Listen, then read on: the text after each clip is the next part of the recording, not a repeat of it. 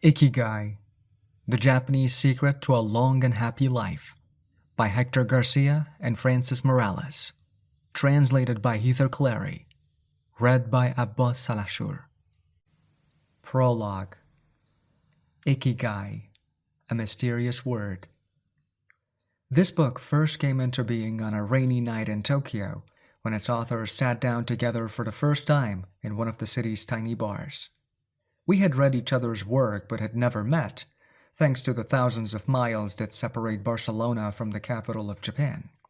Then a mutual acquaintance put us in touch, launching a friendship that led to this project and seems destined to last a lifetime.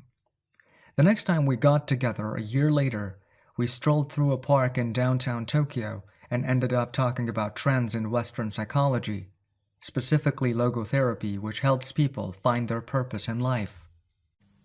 We remarked that Viktor Frankl's logotherapy had gone out of fashion among practicing therapists who favored other schools of psychology, though people still search for meaning in what they do and how they live. We ask ourselves things like, what is the meaning of my life? Is the point just to live longer, or should I seek a higher purpose? Why do some people know what they want and have a passion for life, while others languish in confusion? At some point in our conversation, the mysterious word Ikigai came up. This Japanese concept, which translates roughly as the happiness of always being busy, is like logotherapy, but it goes a step beyond. It also seems to be one way of explaining the extraordinary longevity of the Japanese, especially on the island of Okinawa, where there are 24.55 people over the age of 100 for every 100,000 inhabitants, far more than the global average. Those who study why the inhabitants of this island in the south of Japan live longer than people anywhere else in the world believe that one of the keys, in addition to a healthful diet, a simple life in the outdoors, green tea, and a subtropical climate, its average temperatures is like that of Hawaii, is the Ikigai that shapes their lives. While researching this concept, we discovered that not a single book in the fields of psychology or personal development is dedicated to bringing this philosophy to the West. Is Ikigai the reason there are more centenarians in Okinawa than anywhere else? How does it inspire people to stay active until the very end? What is the secret to a long and happy life? As we explored the matter further, we discovered that one place in particular, Ogimi, a rural town on the north end of the island with a population of 3,000, boasts the highest life expectancy in the world, a fact that has earned it the nickname, the Village of Longevity. We decided to go study the secrets of the Japanese centenarians in person. After a year of preliminary research, we arrived in the village, where residents speak an ancient dialect and practice an animist religion that features long-haired forest sprites called Bonagaya, with our cameras and recording devices in hand. As soon as we arrived, we could sense the incredible friendliness of its residents, who laughed and joked incessantly amid lush green hills fed by crystalline waters. As we conducted our interviews with the eldest residents of the town, we realized that something far more powerful than just these natural resources was at work. An uncommon joy flows from its inhabitants and guides them through the long and pleasurable journey of their lives. Again, the mysterious Ikigai. But what is it exactly? How do you get it? It never ceased to surprise us that this heaven of nearly eternal life was located precisely in Okinawa, where 200,000 innocent lives were lost at the end of World War II. Rather than harbor animosity toward outsiders, however, Okinawans live by the principle of Ichiri Bichori, a local expression that means treat everyone like a brother, even if you've never met them before. It turns out that one of the secrets to happiness of Ogimi's residents is feeling like part of the community. From an early age, they practice yuimaaru, or teamwork, and so are used to helping one another. Nurturing friendships, eating light, getting enough rest, and doing regular moderate exercise are all part of the equation of good health. But at the heart of the joie de vivre that inspires these centenarians to keep celebrating birthdays and cherishing each new day is their Ikigai. The purpose of this book is to bring the secrets of Japan's centenarians to you and give you the tools to find your own Ikigai. because those who discover their Ikigai have everything they need for a long and joyful journey through life. Happy travels! Héctor García and Francis Miralles. Chapter 1. Ikigai. The Art of Staying Young While Growing Old. What is your reason for being? According to the Japanese, everyone has an Ikigai, what a French philosopher might call a raison d'etre. Some people have found their Ikigai while others are still looking, though they carry it within them. Our Ikigai is hidden deep inside each of us, and finding it requires a patient search. According to those born on Okinawa, the island with the most centenarians in the world, our Ikigai is the reason we get up in the morning. Whatever you do, don't retire. Having a clearly defined Ikigai brings satisfaction, happiness, and meaning to our lives. The purpose of this audiobook is to help you find yours and to share insights from Japanese philosophy on the lasting health of body, mind, and spirit. One surprising thing you notice living in Japan is how active people remain after they retire. In fact, many Japanese people never really retire. They keep doing what they love for as long as their health allows. There's in fact no word in Japanese that means retire in the sense of leaving the workforce for good as in English. According to Dan Buettner, a National Geographic reporter who knows the country well, having a purpose in life is so important in Japanese culture that our idea of retirement simply doesn't exist there. The island of almost eternal youth. Certain longevity studies suggest that a strong sense of community and a clearly defined Ikigai are just as important as the famously healthful Japanese diet, perhaps even more so. Recent medical studies of centenarians from Okinawa and other so-called blue zones, the geographic regions where people live longest, provide a number of interesting facts about these extraordinary human beings. Not only do they live much longer than the rest of the world's population, they also suffer from fewer chronic illnesses such as cancer and heart disease. Inflammatory disorders are also less common. Many of these centenarians enjoy enviable levels of vitality and health that would be unthinkable for people of advanced age elsewhere. Their blood tests reveal fewer free radicals, which are responsible for cellular aging, as a result of drinking tea and eating until their stomachs are only 80% full. Women experience more moderate symptoms during menopause, and both men and women maintain higher levels of sexual hormones until much later in life. The rate of dementia is well below the global average. Though we consider each of these findings over the course of the audiobook, research clearly indicates that the Okinawans' focus on Ikigai gives a sense of purpose to each and every day and plays an important role in their health and longevity. The characters behind Ikigai. In Japanese, Ikigai is written by combining a character which means life with another which means to be worthwhile, and that can be broken down into the characters which mean armor, number one, and to be the first, to head into battle, taking initiative as a leader, and another character which means beautiful or elegant. The 5 blue zones. Okinawa holds first place among the world's blue zones. In Okinawa, women in particular live longer and have fewer diseases than anywhere else in the world.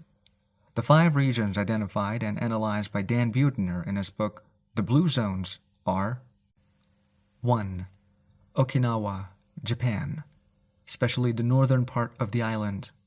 The locals eat a diet rich in vegetables and tofu, typically served on small plates. In addition to their philosophy of Ikigai, the moai, or close-knit group of friends, plays an important role in their longevity. 2. Sardinia, Italy, specifically the provinces of Nuoro and Ogliastra. Locals on this island consume plenty of vegetables and 1 or 2 glasses of wine per day.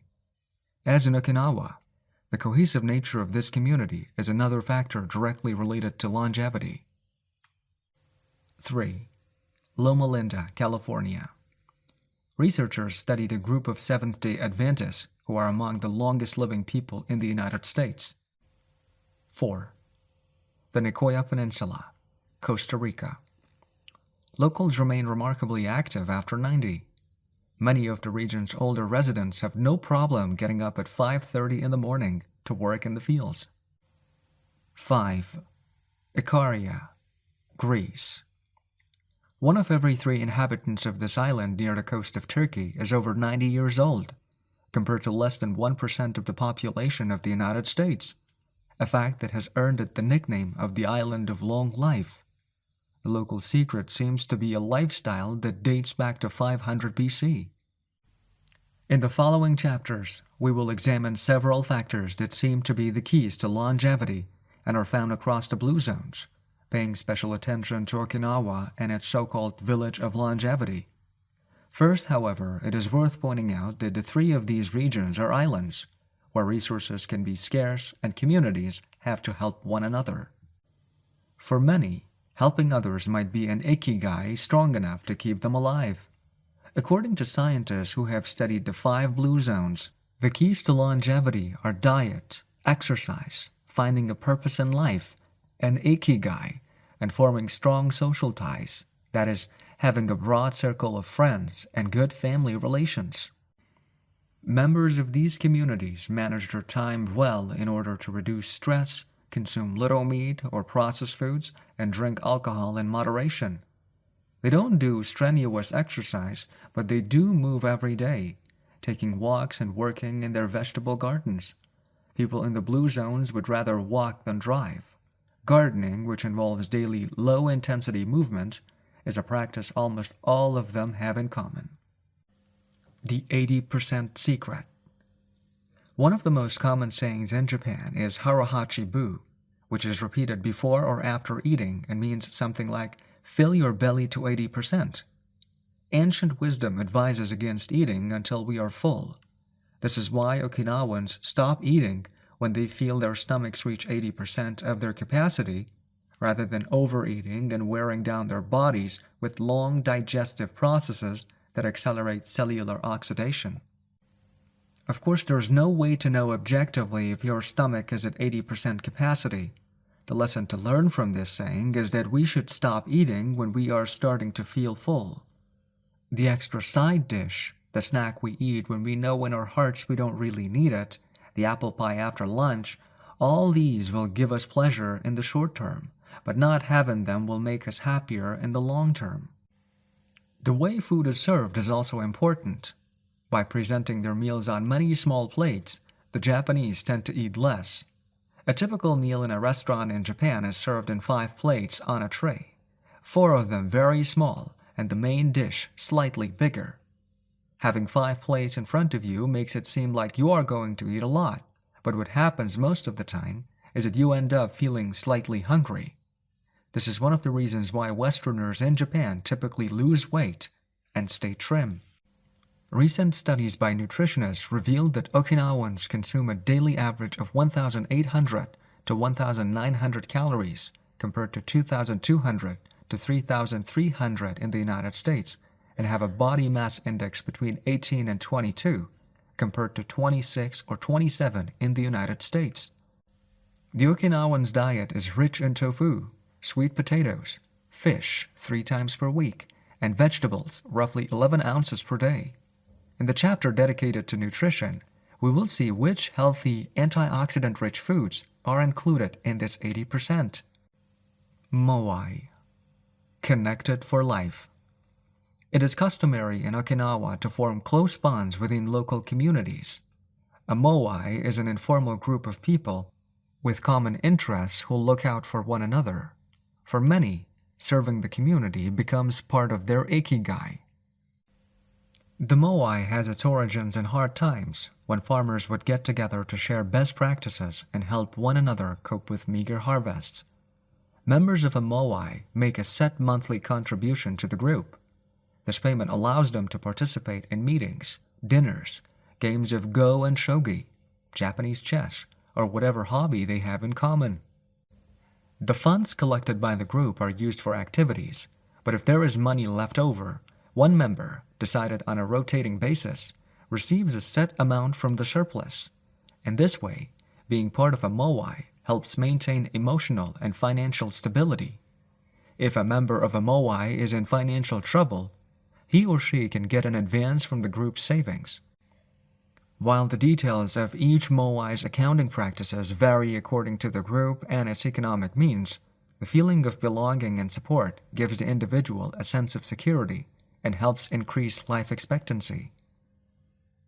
Following this brief introduction to the topics covered in this book, we'll look at a few causes of premature aging in modern life and then explore different factors related to Ikigai. Chapter 2. Anti-Aging Secrets. Little things that add up to a long and happy life.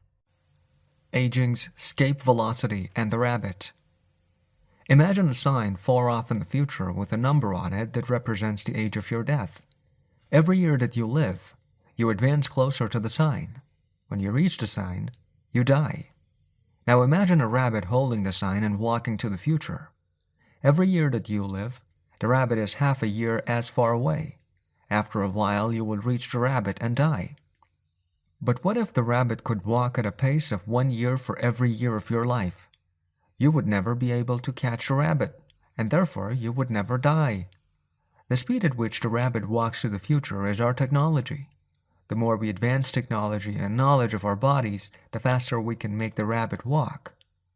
Aging's escape velocity is the moment at which the rabbit walks at a pace of 1 year per year or faster, and we become immortal. Aging's escape velocity. For more than a century, we've managed to add an average of 0.3 years to our life expectancy every year. But what would happen if we had the technology to add a year of life expectancy every year? In theory, we would achieve biological immortality, having reached aging's escape velocity. Researchers with an eye to the future, such as Ray Kurzweil and Aubrey de Grey, claim that we'll reach this escape velocity in a matter of decades. Other scientists are less optimistic, predicting that we'll reach a limit, a maximum age we won't be able to surpass, no matter how much technology we have. For example, some biologists assert that our cells stop regenerating after about 120 years. Active mind. Youthful body. There is much wisdom in the classic saying, mens sana in corpore sano, a sound mind in a sound body.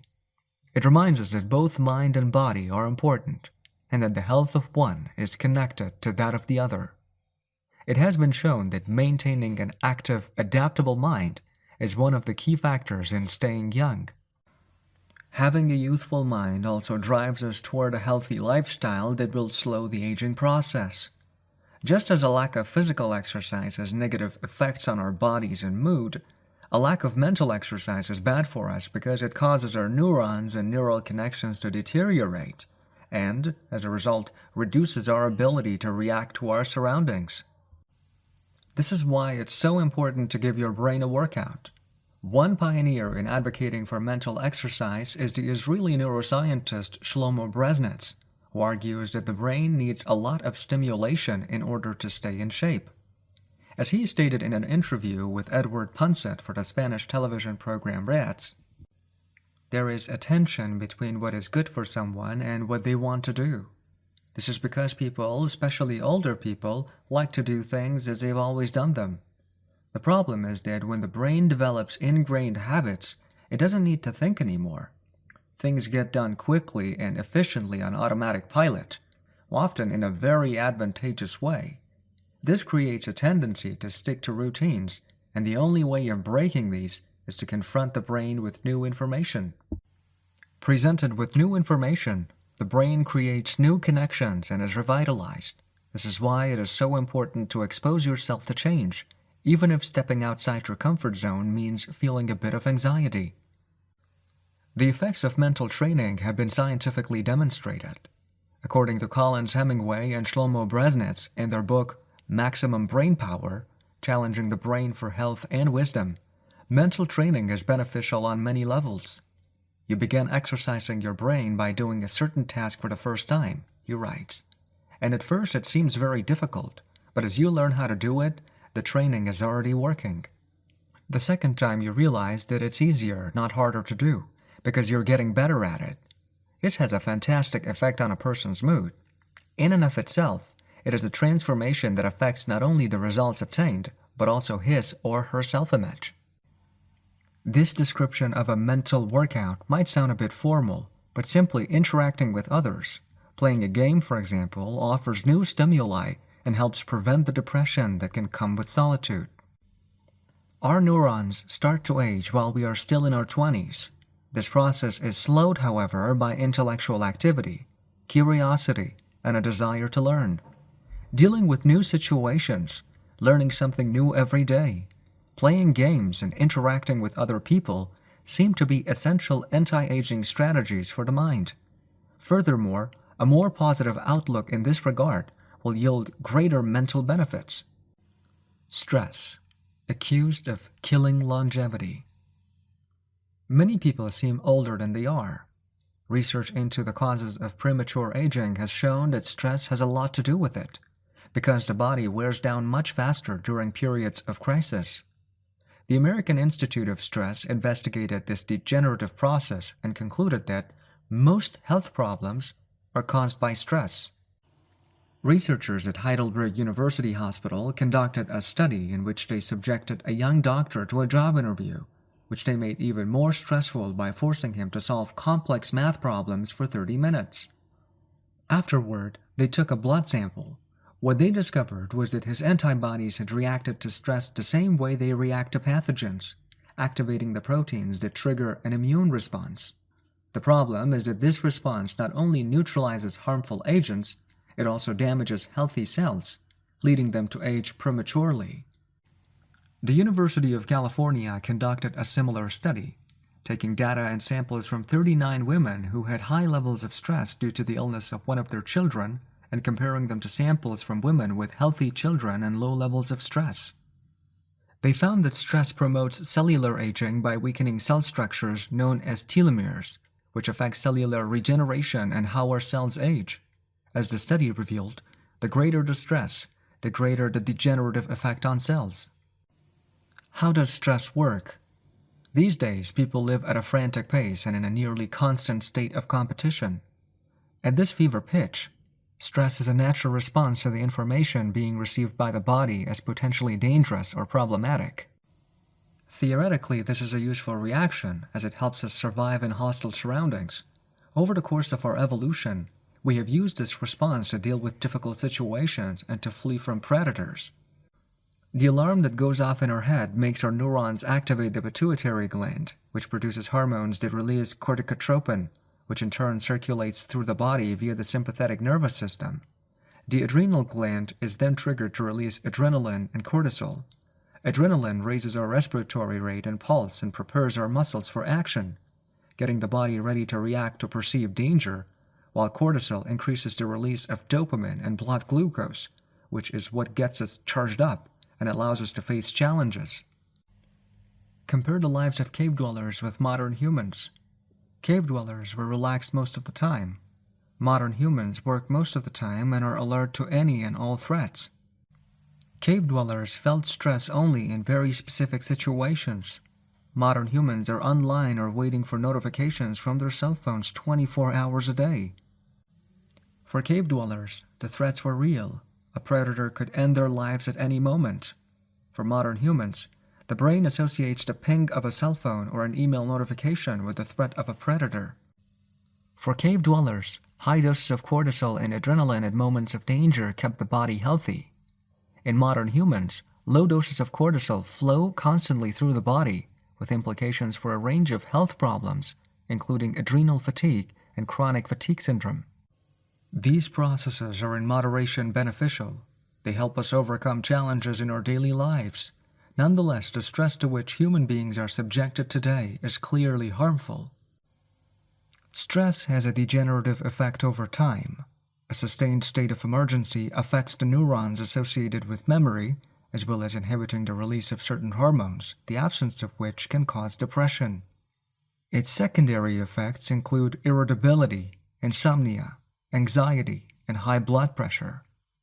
As such, though challenges are good for keeping mind and body active, we should adjust our high-stress lifestyles in order to avoid the premature aging of our bodies.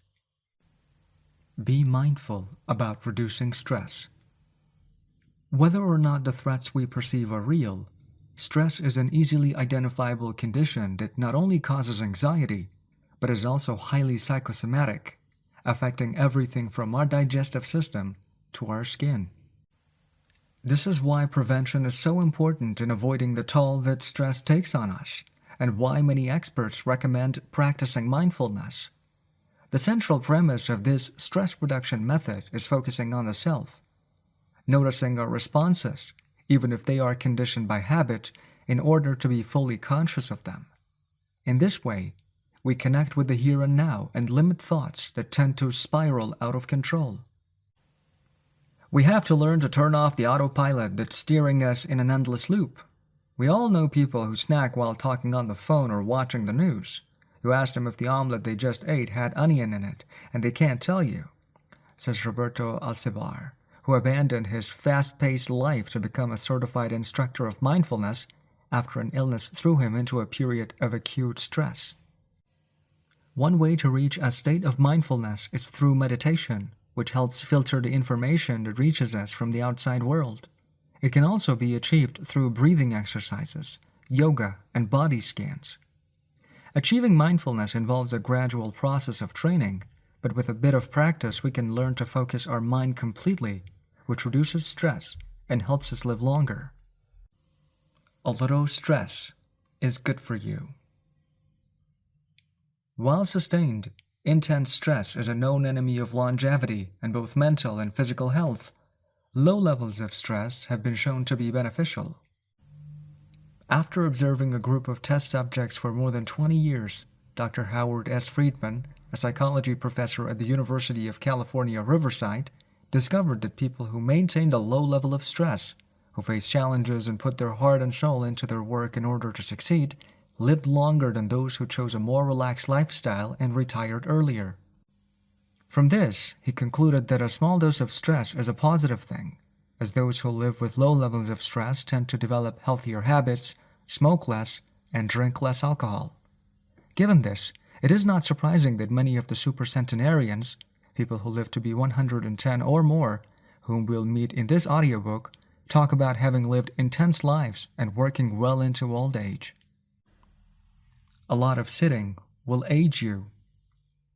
In the Western world in particular, the rise in sedentary behavior has led to numerous diseases such as hypertension and obesity, which in turn affect longevity. Spending too much time seated at work or at home not only reduces muscular and respiratory fitness, but also increases appetite and curbs the desire to participate in activities. Being sedentary can lead to hypertension, imbalanced eating, cardiovascular disease, osteoporosis, and even certain kinds of cancer. Recent studies have shown a connection between a lack of physical activity and the progressive distortion of telomeres in the immune system, which ages those cells and in turn the organism as a whole. This is a problem at all life stages, not only among adults. Sedentary children suffer from high rates of obesity and all its associated health issues and risks, which is why it's so important to develop a healthy and active lifestyle at an early age. It's easy to be less sedentary. It just takes a bit of effort and a few changes to your routine. We can access a more active lifestyle that makes us feel better inside and out. We just have to add a few ingredients to our everyday habits.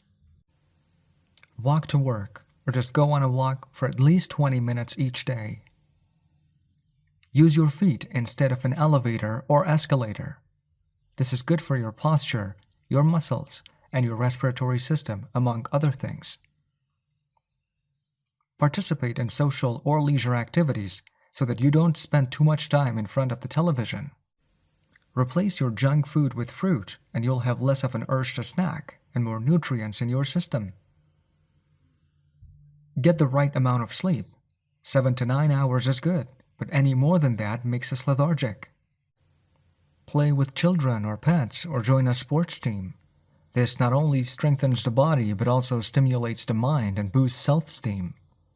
Be conscious of your daily routine in order to detect harmful habits and replace them with more positive ones. By making these small changes, we can begin to renew our bodies and minds and increase our life expectancy. A model's best-kept secret.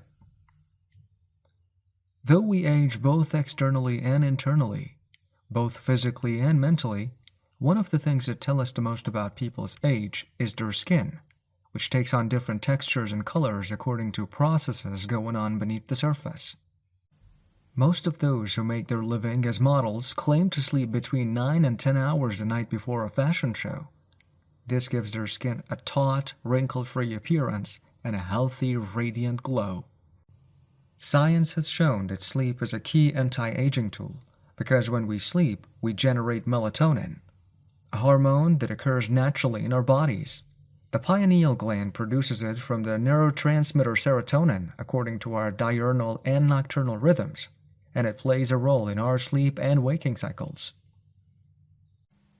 A powerful antioxidant, melatonin helps us live longer and also offers the following benefits. It strengthens the immune system.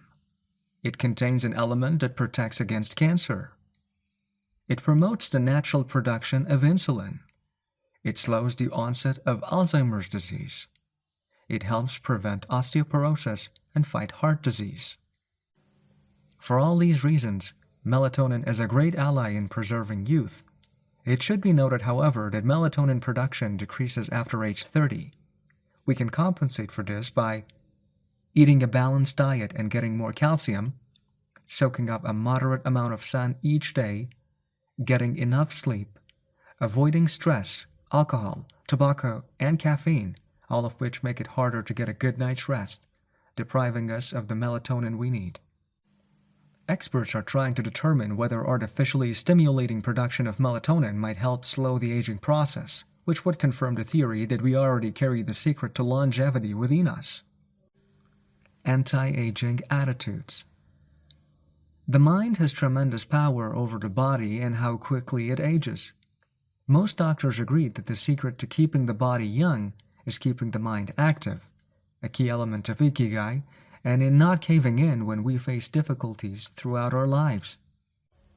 One study conducted at Yeshiva University found that the people who live the longest have 2 dispositional traits in common: a positive attitude and a high degree of emotional awareness.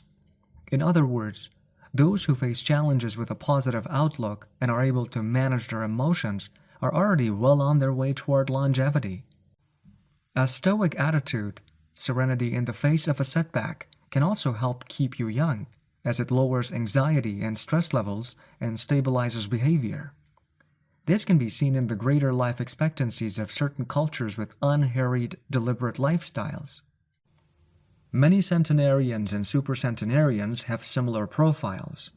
They have had full lives that were difficult at times, but they know how to approach these challenges with a positive attitude and not be overwhelmed by the obstacles they faced. Alexander Imich, who in 2014 became the world's oldest living man at age 111, knew he had good genes but understood that other factors contributed too. The life you live is equally or more important for longevity, he said in an interview with Reuters after being added to Guinness World Records in 2014. An Ode to Longevity. During our stay in Ogimi, the village that holds the Guinness record for longevity, a woman who was about to turn 100 years old sang the following song for us in a mixture of Japanese and the local dialect. To keep healthy and have a long life, eat just a little of everything with relish. Go to bed early, get up early, and then go out for a walk. We live each day with serenity and we enjoy the journey. To keep healthy and have a long life, we get on well with all of our friends. Spring, summer, fall, winter, we happily enjoy all the seasons. The secret is not to get distracted by how old the fingers are, from the fingers to the head and back once again. If you keep moving with your fingers working, 100 years will come to you. We can now use our fingers to play the next chapter, where we will look at the close relationship between longevity and discovering our life's mission. Chapter 3. From Logotherapy to Ikigai. How to live longer and better by finding your purpose. What is logotherapy? A colleague once asked Viktor Frankl to define his school of psychology in a single phrase, to which Frankl replied, Well, in logotherapy, the patient sits up straight and has to listen to things that are, on occasion, hard to hear. The colleague had just described psychoanalysis to him in the following terms. In psychoanalysis, the patient lies down on a couch and tells you things that are, on occasion, hard to say. Frankl explains that one of the first questions he would ask his patients was, "Why do you not commit suicide?"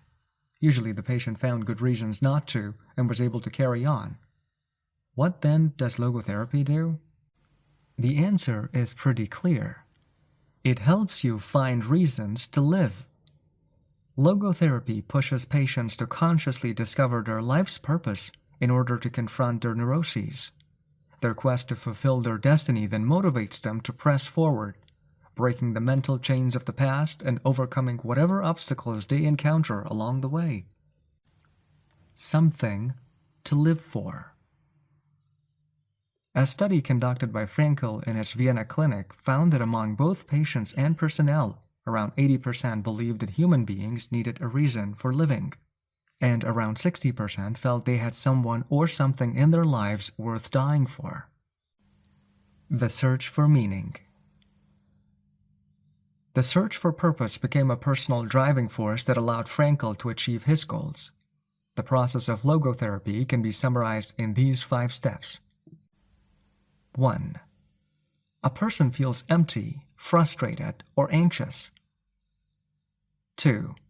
The therapist shows him that what he's feeling is the desire to have a meaningful life.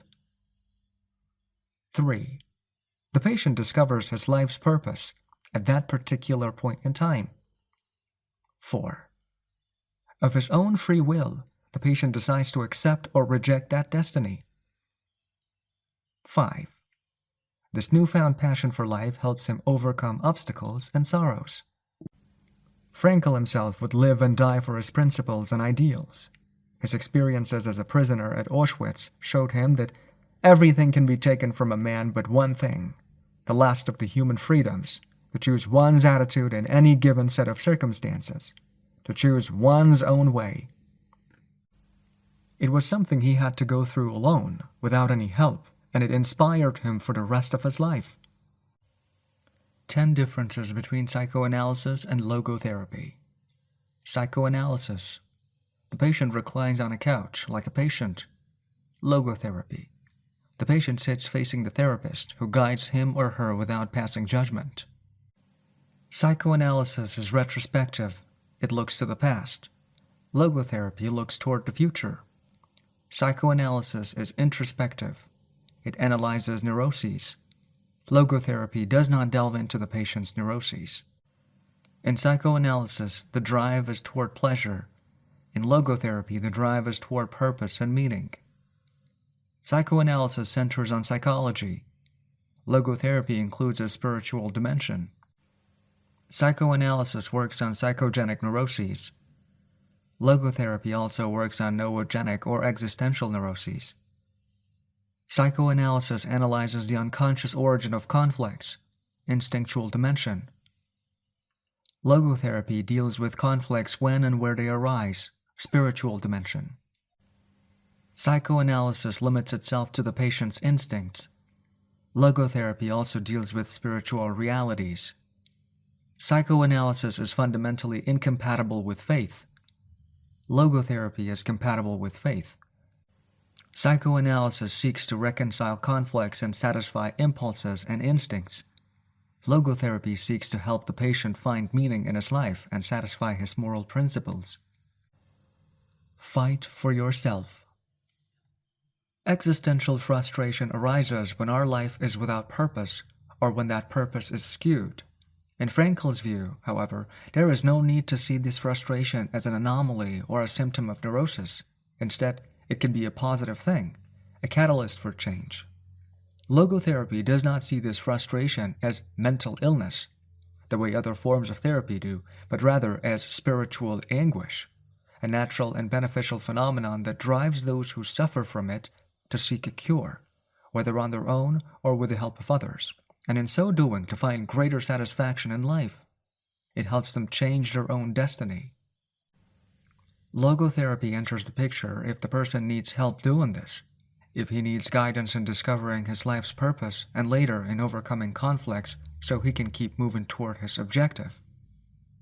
In Man's Search for Meaning, Frankl cites one of Nietzsche's famous aphorisms: "He who has a why to live for can bear with almost any how."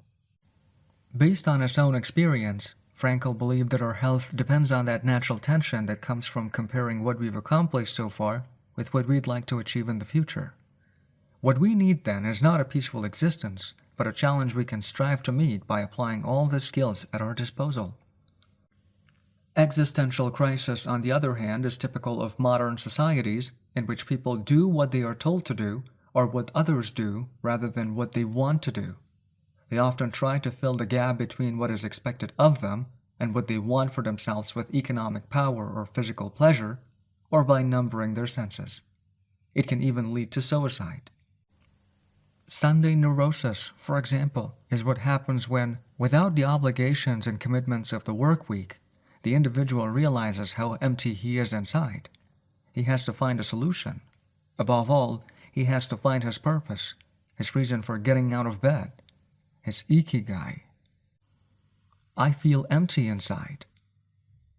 In a study conducted at the Vienna Polyclinic Hospital, Frankl's team found that 55% of the patients they interviewed were experiencing some degree of existential crisis. According to Logotherapy, discovering one's purpose in life helps an individual fill that existential void. Frankl, a man who faced his problems and turned his objectives into actions, could look back on his life in peace as he grew old. He did not have to envy those still enjoying their youth, because he had amassed a broad set of experiences that showed he had lived for something. Better living through logotherapy. A few key ideas. We don't create the meaning of our life, as Sartre claimed. We discover it. We each have a unique reason for being, which can be adjusted or transformed many times over the years. Just as worry often brings about precisely the thing that was feared, excessive attention to a desire or hyperintention can keep that desire from being fulfilled. Humor can help break negative cycles and reduce anxiety. We all have the capacity to do noble or terrible things. The side of the equation we end up on depends on our decisions, not on the condition in which we find ourselves. In the following case studies, we will look at 4 cases from Frankl's own practice in order to better understand the search for meaning and purpose. Case study: Viktor Frankl. In German concentration camps, as in those that would later be built in Japan and Korea, psychiatrists confirmed that the prisoners with the greatest chance of survival were those who had things they wanted to accomplish outside the camp, those who felt a strong need to get out of there alive. This was true of Frankl, who, after being released and successfully developing the school of logotherapy, realized he had been the first patient of his own practice. Frankl had a goal to achieve, and it made him persevere. He arrived at Auschwitz carrying a manuscript that contained all the theories and research he had compiled over the course of his career, ready for publication. When it was confiscated, he felt compelled to write it all over again, and that need drove him and gave his life meaning amid the constant horror and doubt of the concentration camp. So much so that over the years, and especially when he fell ill with typhus, he would jot down fragments and keywords from the lost work on any scrap of paper he found. Case study: The American Diplomat. An important North American diplomat went to Frankl to pick up where he left off with a course of treatment he had started 5 years earlier in the United States. When Frankl asked him why he'd started therapy in the first place, the diplomat answered that he hated his job and his country's international policies, which he had to follow and enforce. His American psychoanalyst, whom he'd been seeing for years, insisted he make peace with his father so that his government and his job, both representations of the paternal figure, would seem less disagreeable. Frankl, however, showed him in just a few sessions that his frustration was due to the fact that he wanted to pursue a different career, and the diplomat concluded his treatment with that idea in mind. 5 years later, the former diplomat informed Frankel that he had been working during that time in a different profession, and that he was happy. In Frankel's view, the man not only didn't need all those years of psychoanalysis, he also couldn't even really be considered a patient in need of therapy. He was simply someone in search of a new life's purpose. As soon as he found it, his life took on deeper meaning. Case study: The Suicidal Mother. The mother of a boy who had died at age 11 was admitted to Frankel's clinic after she tried to kill herself and her other son. It was this other son, paralyzed since birth, who kept her from carrying out her plan. He did believe his life had a purpose, and if his mother killed them both, it would keep him from achieving his goals. The woman shared her story in a group session. To help her, Frankel asked another woman to imagine a hypothetical situation in which she lay on her deathbed, old and wealthy but childless. The woman insisted that, in that case, she would have felt her life had been a failure. When the suicidal mother was asked to perform the same exercise, imagining herself on her deathbed, she looked back and realized that she had done everything in her power for her children. For both of them. She had given her paralyzed son a good life, and he had turned into a kind, reasonably happy person. To this she added, crying, "As for myself, I can look back peacefully on my life, for I can say my life was full of meaning, and I have tried hard to live it fully. I have done my best. I have done my best for my son. My life was no failure." In this way, by imagining herself on her deathbed and looking back, the suicidal mother found the meaning that, though she was not aware of it, her life already had. Case study: The Grief-Stricken Doctor. An elderly doctor, unable to overcome the deep depression into which he'd fallen after the death of his wife 2 years earlier, went to Frankel for help. Instead of giving him advice or analyzing his condition, Frankel asked him what would have happened if he had been the one who died first. The doctor, horrified, answered that it would have been terrible for his poor wife, that she would have suffered tremendously, to which Frankel responded, "You see, doctor, you have spared her all that suffering, but the price you have to pay for this is to survive and mourn her." The doctor didn't say another word. He left Frankel's office in peace, after taking the therapist's hand in his own. He was able to tolerate the pain in place of his beloved wife. His life had been given a purpose. Morita therapy. In the same decade that logotherapy came into being, a few years earlier in fact, Shomo Morita created his own purpose-centered therapy in Japan. It proved to be effective in the treatment of neurosis, obsessive-compulsive disorder, and post-traumatic stress. In addition to being a psychotherapist, Shomo Morita was a Zen Buddhist, and his therapy left a lasting spiritual mark on Japan. Many Western forms of therapy focus on controlling or modifying the patient's emotions. In the West, we tend to believe that what we think influences how we feel, which in turn influences how we act. In contrast, Morita therapy focuses on teaching patients to accept their emotions without trying to control them, since their feelings will change as a result of their actions. In addition to accepting the patient's emotions, Morita therapy seeks to create new emotions on the basis of actions. According to Morita, these emotions are learned through experience and repetition. Morita therapy is not meant to eliminate symptoms. Instead, it teaches us to accept our desires, anxieties, fears, and worries, and let them go. As Morita writes in his book, Morita Therapy and the True Nature of Anxiety-Based Disorders, in feelings, it is best to be wealthy and generous. Morita explained the idea of letting go of negative feelings with the following fable. A donkey that is tied to a post by a rope will keep walking around the post in an attempt to free itself, only to become more immobilized and attached to the post. The same thing applies to people with obsessive thinking who become more trapped in their own suffering when they try to escape from their fears and discomfort. The basic principles of Morita therapy. 1. Accept your feelings. If we have obsessive thoughts, we should not try to control them or get rid of them. If we do, they become more intense. Regarding human emotions, the Zen master would say, if we try to get rid of one wave with another, we end up with an infinite sea. We don't create our feelings. They simply come to us, and we have to accept them. The trick is welcoming them. Morita likened emotions to the weather. We can't predict or control them. We can only observe them. To this point, he often quoted the Vietnamese monk Thich Nhat Hanh, who would say, "Hello, solitude. How are you today? Come, sit with me, and I will care for you." 2. Do what you should be doing. We shouldn't focus on eliminating symptoms, because recovery will come on its own. We should focus instead on the present moment, and if we are suffering, on accepting that suffering.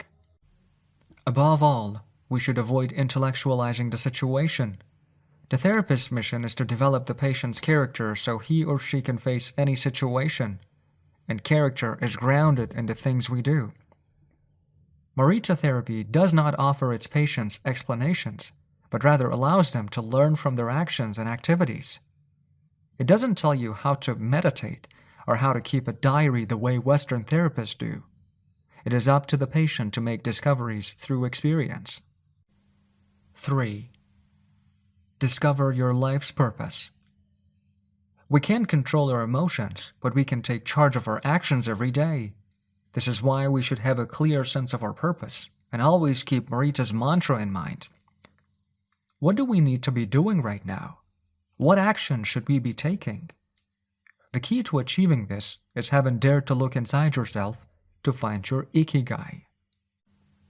The 4 phases of Morita therapy. Morita's original treatment, which lasts 15 to 21 days, consists of the following stages. 1.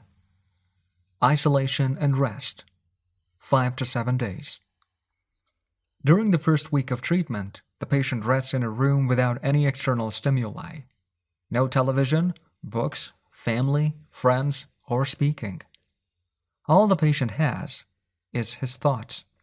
He lies down for most of the day and is visited regularly by the therapist, who tries to avoid interacting with him as much as possible. The therapist simply advises the patient to continue observing the rise and fall of his emotions as he lies there. When the patient gets bored and wants to start doing things again, he is ready to move on to the next stage of therapy. 2. Light occupational therapy, 5 to 7 days. In this stage, the patient performs repetitive tasks in silence. One of these is keeping a diary about his thoughts and feelings. The patient goes outside after a week of being shut in, takes walks in nature, and does breathing exercises. He also starts doing simple activities such as gardening, drawing, or painting. During this stage, the patient is still not allowed to talk to anyone, except the therapist. 3. Occupational therapy, 5 to 7 days. In this stage, the patient performs tasks that require physical movement. Dr. Morita liked to take his patients to the mountains to chop wood. In addition to physical tasks, the patient is also immersed in other activities, such as writing, painting, or making ceramics. The patient can speak with others at this stage, but only about the tasks at hand. 4. The return to social life and the real world. The patient leaves the hospital and is reintroduced to social life, but maintains the practices of meditation and occupational therapy developed during treatment.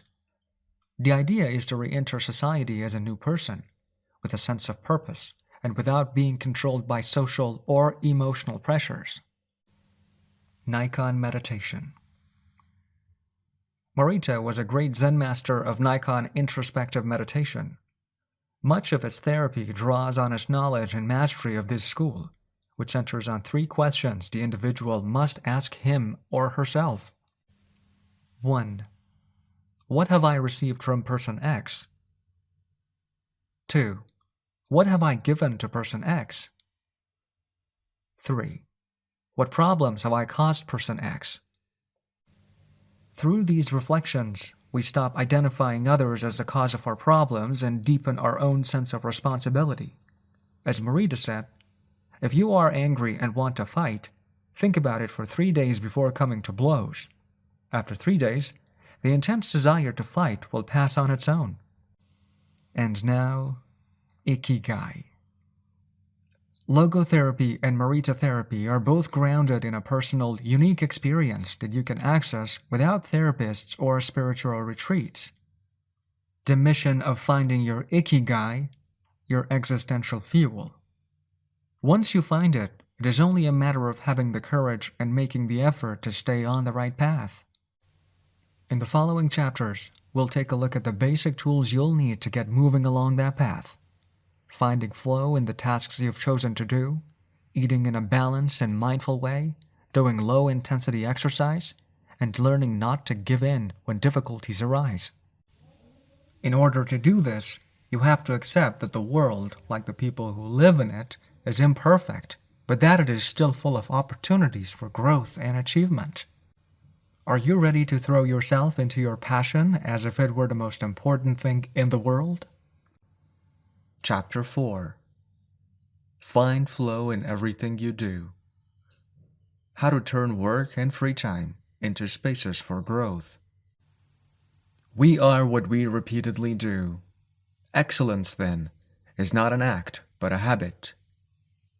Aristotle. Going with the flow. Imagine you're skiing down one of your favorite slopes. Powdery snow flies up on both sides of you like white sand. Conditions are perfect. You're entirely focused on skiing as well as you can. You know exactly how to move at each moment. There is no future, no past. There's only the present. You feel the snow, your skis, your body, and your consciousness united as a single entity. You are completely immersed in the experience, not thinking about or distracted by anything else. Your ego dissolves, and you become part of what you're doing. This is the kind of experience Bruce Lee described with his famous, "Be water, my friend." We've all felt our sense of time vanish when we lose ourselves in an activity we enjoy. We start cooking, and before we know it, several hours have passed. We spend an afternoon with a book and forget about the world going by until we notice the sunset and realize we haven't eaten dinner. We go surfing and don't realize how many hours we've spent in the water until the next day, when our muscles ache. The opposite can also happen. When we have to complete a task we don't want to do, every minute feels like a lifetime and we can't stop looking at our watch. As the quip attributed to Einstein goes, put your hand on a hot stove for a minute and it seems like an hour. Sit with a pretty girl for an hour and it seems like a minute. That is relativity. The funny thing is that someone else might really enjoy the same task, but we want to finish as quickly as possible. What makes us enjoy doing something so much that we forget about whatever worries we might have while we do it? When are we happiest? These questions can help us discover our Ikigai. The power of flow. These questions are also at the heart of psychologist Mihai Csikszentmihalyi's research into the experience of being completely immersed in what we are doing. Csikszentmihalyi called this state flow and described it as the pleasure, delight, creativity, and process when we are completely immersed in life. There is no magic recipe for finding happiness, for living according to your Ikigai, but one key ingredient is the ability to reach this state of flow, and through this state, to have an optimal experience. In order to achieve this optimal experience, we have to focus on increasing the time we spend on activities that bring us to this state of flow, rather than allowing ourselves to get caught up in activities that offer immediate pleasure, like eating too much, abusing drugs or alcohol, or stuffing ourselves with chocolate in front of the TV. As Csikszentmihalyi asserts in his book, Flow, The Psychology of Optimal Experience, Flow is the state in which people are so involved in an activity that nothing else seems to matter. The experience itself is so enjoyable that people will do it even at great cost, for the sheer sake of doing it. It is not only creative professionals who require the high doses of concentration that promote flow. Most athletes, chess players, and engineers also spend much of their time on activities that bring them to this state. According to Csikszentmihalyi's research, a chess player feels the same way upon entering a state of flow as a mathematician working on a formula or a surgeon performing an operation. A professor of psychology, Csikszentmihalyi analyzed data from people around the world and discovered that flow is the same among individuals of all ages and cultures. In New York and Okinawa, we all reach a state of flow in the same way. But what happens to our mind when we are in that state? When we flow, we are focused on a concrete task without any distractions. Our mind is in order. The opposite occurs when we try to do something while our mind is on other things. The 7 conditions for achieving flow. According to researcher Owen Sheffer of DePaul University, the requirements for achieving flow are: 1. Know what to do. 2. Knowing how to do it. 3. Knowing how well you're doing. 4. Knowing where to go, where navigation is involved. 5.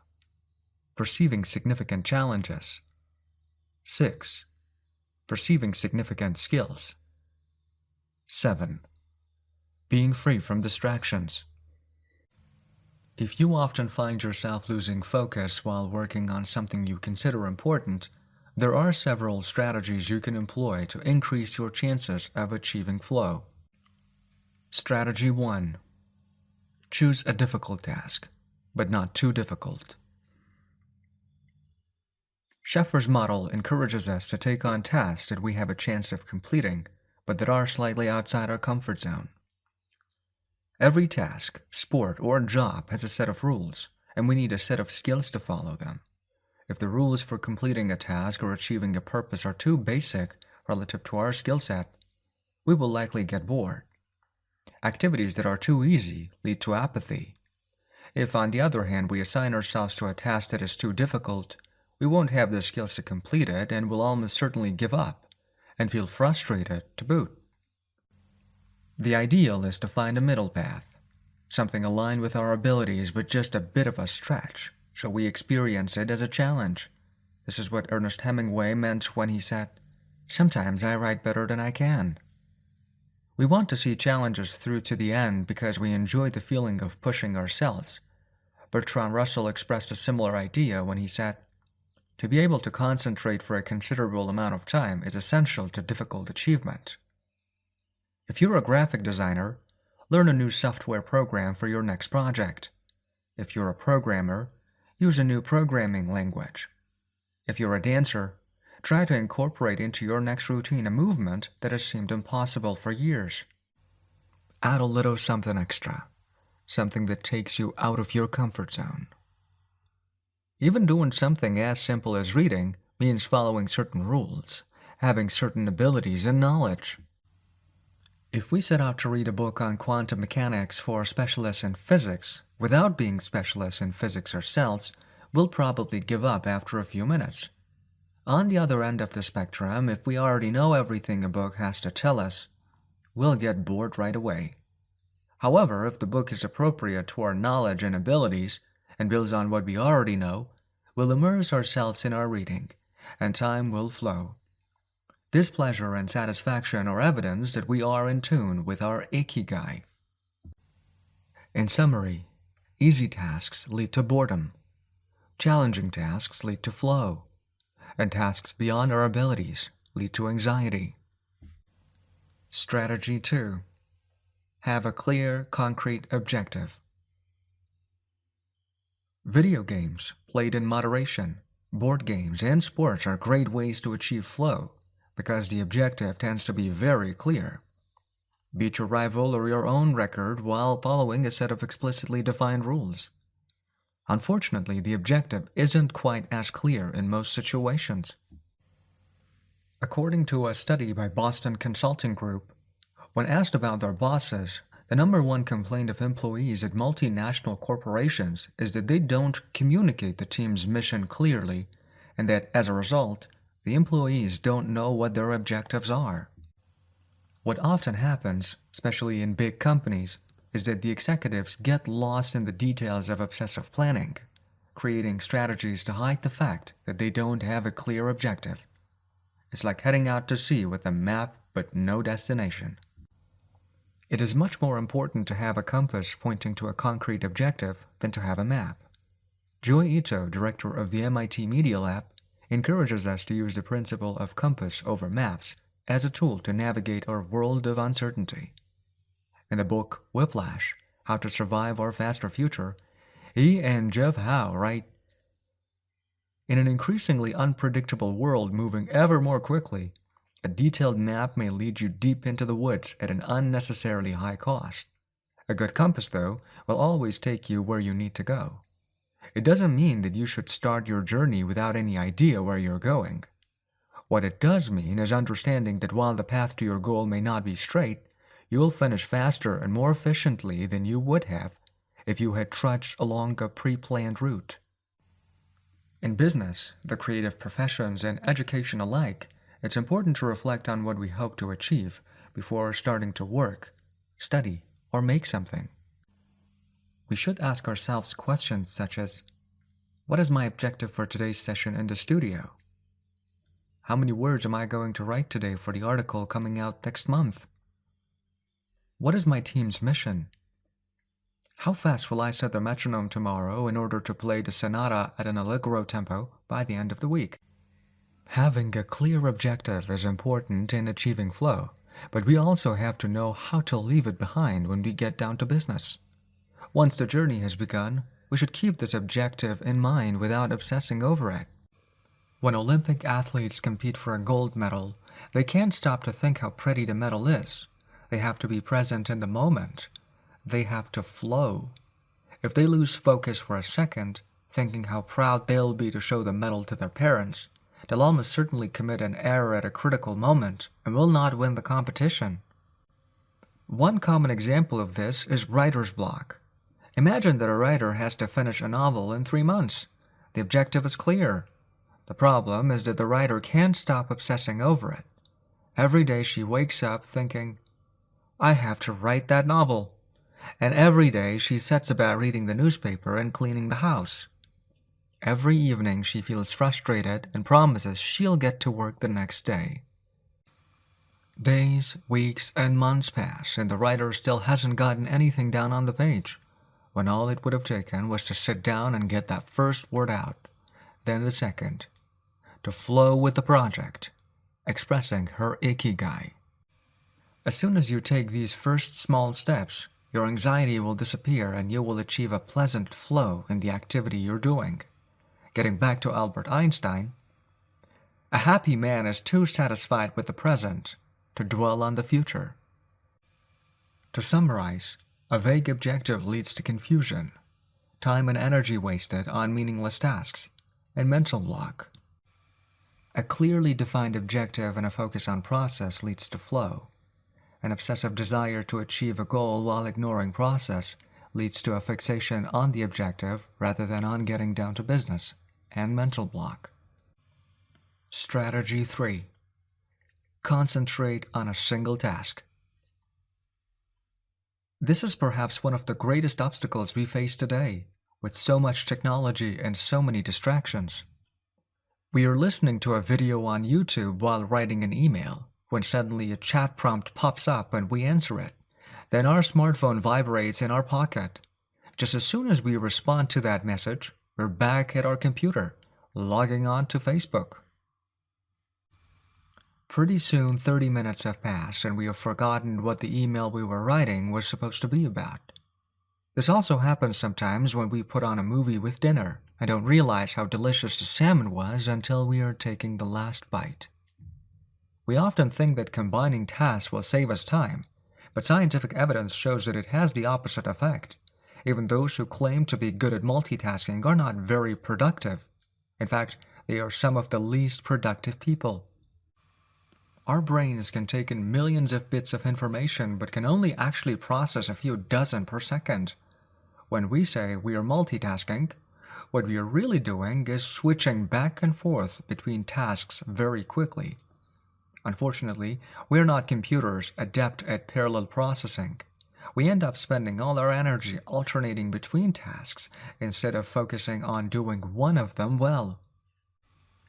Concentrating on one thing at a time may be the single most important factor in achieving flow. According to Csikszentmihalyi, in order to focus on a task, we need 1. To be in a distraction-free environment. 2. To have control over what we are doing at every moment. Technology is great if we are in control of it. It's not so great if it takes control of us. For example, if you have to write a research paper, you might sit down at your computer and use Google to look up the information you need. However, if you are not very disciplined, you might end up surfacing the web instead of writing that paper. In that case, Google and the internet will have taken over, pulling you out of your state of flow. It has been scientifically shown that if we continually ask our brains to switch back and forth between tasks, we waste time, make more mistakes, and remember less of what we've done. Several studies conducted at Stanford University by Clifford Ivor-Ness describe our generation as suffering from an epidemic of multitasking. One such study analyzed the behavior of hundreds of students, dividing them into groups based on the number of things they tended to do at once. The students who were the most addicted to multitasking typically alternated among more than 4 tasks, for example, taking notes while reading a textbook, listening to a podcast, answering messages on their smartphone, and sometimes checking their Twitter timeline. Each group of students was shown a screen with several red and several blue arrows. The objective of the exercise was to count the red arrows. At first, all the students answered correctly right away, without much trouble. As the number of blue arrows increased, the number of red arrows stayed the same, only their position changed. However, the students accustomed to multitasking had serious trouble counting the red arrows in the time allotted, or as quickly as the students who did not habitually multitask for one very simple reason. They got distracted by the blue arrows. Their brains were trained to pay attention to every stimulus, regardless of its importance, while the brains of the other students were trained to focus on a single task, in this case counting the red arrows and ignoring the blue ones. Other studies indicate that working on several things at once lowers our productivity by at least 60% and our IQ by more than 10 points. One study funded by the Swedish Council for Working Life and Social Research found that a sample group of more than 4,000 young adults between the ages of 20 and 24 who were addicted to their smartphones got less sleep, felt less connected to their community at school, and were more likely to show signs of depression. In summary, concentrating on a single task makes achieving flow more likely, increases productivity, increases our power of retention, makes us less likely to make mistakes, helps us feel calm and in control of the task at hand, causes us to become more considerate as we pay full attention to those around us, and increases creativity. Multitasking makes achieving flow impossible, decreases productivity by 60%, though it doesn't seem so, makes it harder to remember things, makes us more likely to make mistakes, makes us feel stressed by the sensation that we are losing control, that our tasks are controlling us, causes us to hurt those around us through our addiction to stimuli, always checking our phones, always on social media, and reduces creativity. What can we do to avoid falling victim to this flow-impeding epidemic? How can we train our brains to focus on a single task? Here are a few ideas for creating a space and time free of distractions to increase our chances of reaching a state of flow and thereby getting in touch with our Ikigai. Don't look at any kind of screen for the first hour you're awake and the last hour before you go to sleep. Turn off your phone before you achieve flow. There is nothing more important than the task you've chosen to do during this time. If this seems too extreme, enable the Do Not Disturb function so only the people closest to you can contact you in case of emergency. Designate one day of the week, perhaps a Saturday or Sunday, a day of technological fasting, making exceptions only for e-readers without Wi-Fi or MP3 players. Go to a cafe that doesn't have Wi-Fi. Read and respond to email only once or twice per day. Define those times clearly and stick to them. Try the Pomodoro technique. Get yourself a kitchen timer. Some are made to look like a pomodoro or tomato, and commit to working on a single task as long as it's running. The Pomodoro technique recommends 25 minutes of work and 5 minutes of rest for each cycle. But you can also do 50 minutes of work and 10 minutes of rest. Find the pace that's best for you. The most important thing is to be disciplined in completing each cycle. Start your work session with a ritual you enjoy and end it with a reward. Train your mind to return to the present when you find yourself getting distracted. Practice mindfulness or another form of meditation. Go for a walk or a swim. Whatever will help you get centered again. Work in a space where you will not be distracted. If you can't do this at home, go to a library, a cafe, or if your task involves playing the saxophone, a music studio. If you find that your surroundings continue to distract you, keep looking until you find the right place. Divide each activity into groups of related tasks and assign each group its own place and time. For example, if you're writing a magazine article, you could do research and take notes at home in the morning, write in the library in the afternoon, and edit on the couch at night. Bundle routine tasks, such as sending out invoices, making phone calls, and so on, and do them all at once. A summary of the advantages of flow versus the disadvantages of distraction.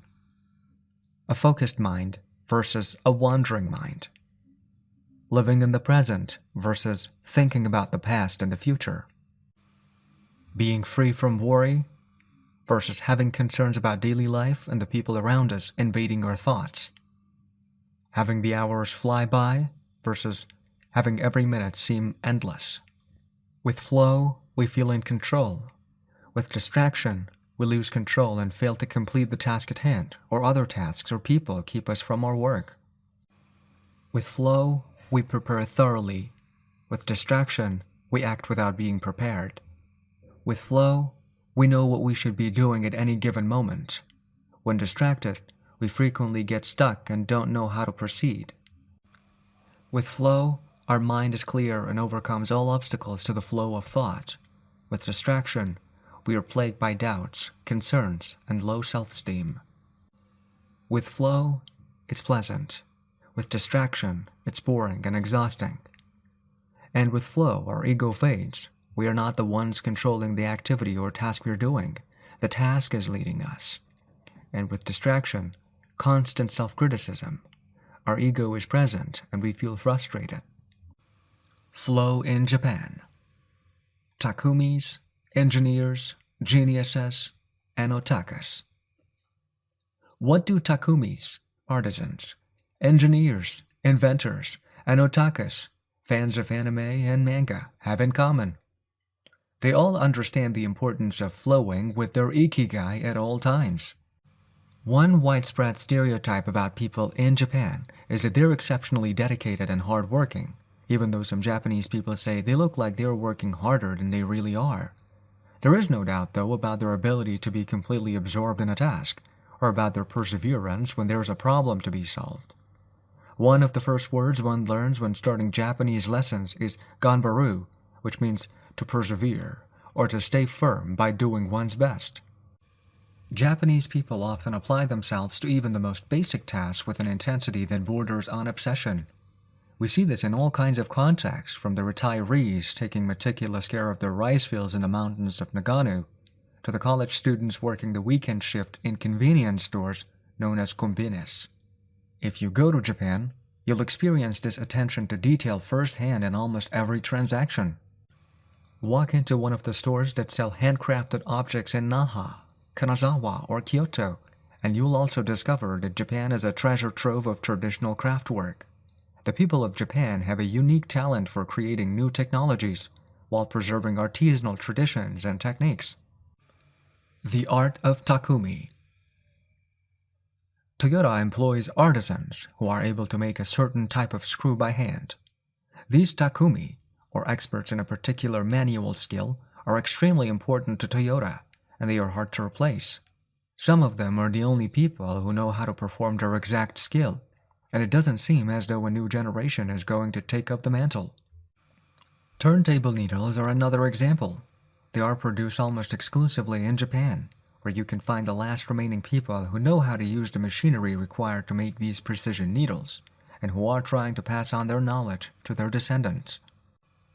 We met a Takumi on a visit to Kumano, a small town near Hiroshima. We were there for the day, working on a photo essay for one of the most famous brands of makeup brushes in the West.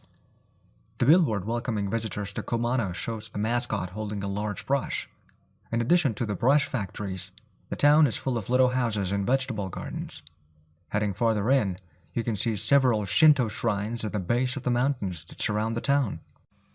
We spent hours taking photos in factories full of people in orderly rows, each doing a single task, such as painting the handles of the brushes or loading boxes of them onto trucks, before we realized we still hadn't seen anyone actually putting bristles into the brush heads. After we asked about this and got the runaround several times, the president of one company agreed to show us how it was done. He let us out of the building and asked us to get into his car. After a 5-minute drive, we parked next to another, smaller structure and climbed the stairs. He opened the door and we walked into a small room filled with windows that let in lovely natural light. In the middle of the room was a woman wearing a mask. You could see only her eyes. She was so focused on choosing individual bristles for the brushes, gracefully moving her hands and fingers, using scissors and combs to sort the bristles, that she didn't even notice our presence. Her movements were so quick it was hard to tell what she was doing. The president of the company interrupted her to let her know that we'd been taking photos as she worked. We couldn't see her mouth, but the glint in her eye and the cheerful inflection in her speech let us know she was smiling. She looked happy and proud, talking about her work and responsibilities. We had to use extremely fast shutter speeds to capture her movements. Her hands danced and flowed in concert with her tools and the bristles she was sorting. The president told us that this Takumi was one of the most important people in the company, even though she was hidden away in a separate building. Every bristle of every brush the company made passed through her hands. Steve Jobs in Japan. Apple co-founder Steve Jobs was a big fan of Japan. Not only did he visit the Sony factories in the 1980s and adopt many of their methods when he founded Apple, he was also captivated by the simplicity and quality of Japanese porcelain in Kyoto. It was not, however, an artisan from Kyoto who won Steve Jobs' devotion, but rather a Takumi from Toyama named Yukiyo Shakunaga, who used a technique called Ichu Setayaki, known by only a few. On a visit to Kyoto, Job heard of an exhibition of Shakunaga's work. He immediately understood that there was something special about Shakunaga's porcelain. As a matter of fact, he bought several cups, vases, and plates and went back to the show 3 times that week. Job returned to Kyoto several times over the course of his life in search of inspiration and ended up meeting Shakunaga in person. It is said that Jobs had many questions for him, almost all of them about the fabrication process and the type of porcelain he used. Shakunaga explained that he used white porcelain he extracted himself from mountains in the Toyama prefecture, making him the only artist of his ilk familiar with the fabrication process of porcelain objects from their origins in the mountains to their final form, an authentic Takumi. Jobs was so impressed that he considered going to Toyama to see the mountain where Shakunaga got his porcelain, but thought better of it when he heard that it was more than 4 hours by train from Kyoto. In an interview after Jobs' death, Shakunaga said he was very proud that his work had been appreciated by the man who created the iPhone. He added that Jobs' last purchase from him had been a set of 12 teacups. Jobs had asked for something special, a new style. To satisfy this request, Shakunaga made 150 teacups in the process of testing out new ideas. Of these, he chose the 12 best and sent them to the Job's family. Ever since his first trip to Japan, Job was fascinated and inspired by the country's artisans, engineers, especially at Sony, philosophy, especially Zen, and cuisine, especially sushi. Sophisticated simplicity. What do Japanese artisans, engineers, Zen philosophy, and cuisine have in common? Simplicity and attention to detail.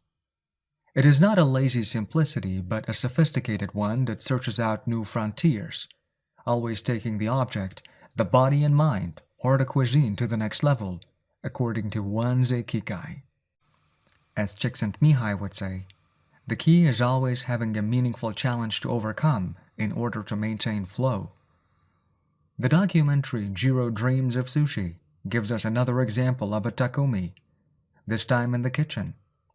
Its protagonist has been making sushi every day for more than 80 years and owns a small sushi restaurant near the Ginza subway station in Tokyo. He and his son go every day to the famous Tsukiji fish market and choose the best fish to bring back to the restaurant. In the documentary, we see one of Jiro's apprentices learning to make tamago, a thin, slightly sweet omelet. No matter how hard he tries, he can't get Jiro's approval. He keeps practicing for years until he finally does. Why does the apprentice refuse to give up? Doesn't he get bored cooking eggs every day? No, because making sushi is his Ikigai too. Both Jiro and his son are culinary artists. They don't get bored when they cook. They achieve a state of flow. They enjoy themselves completely when they are in the kitchen. That is their happiness, their Ikigai. They have learned to take pleasure in their work, to lose their sense of time.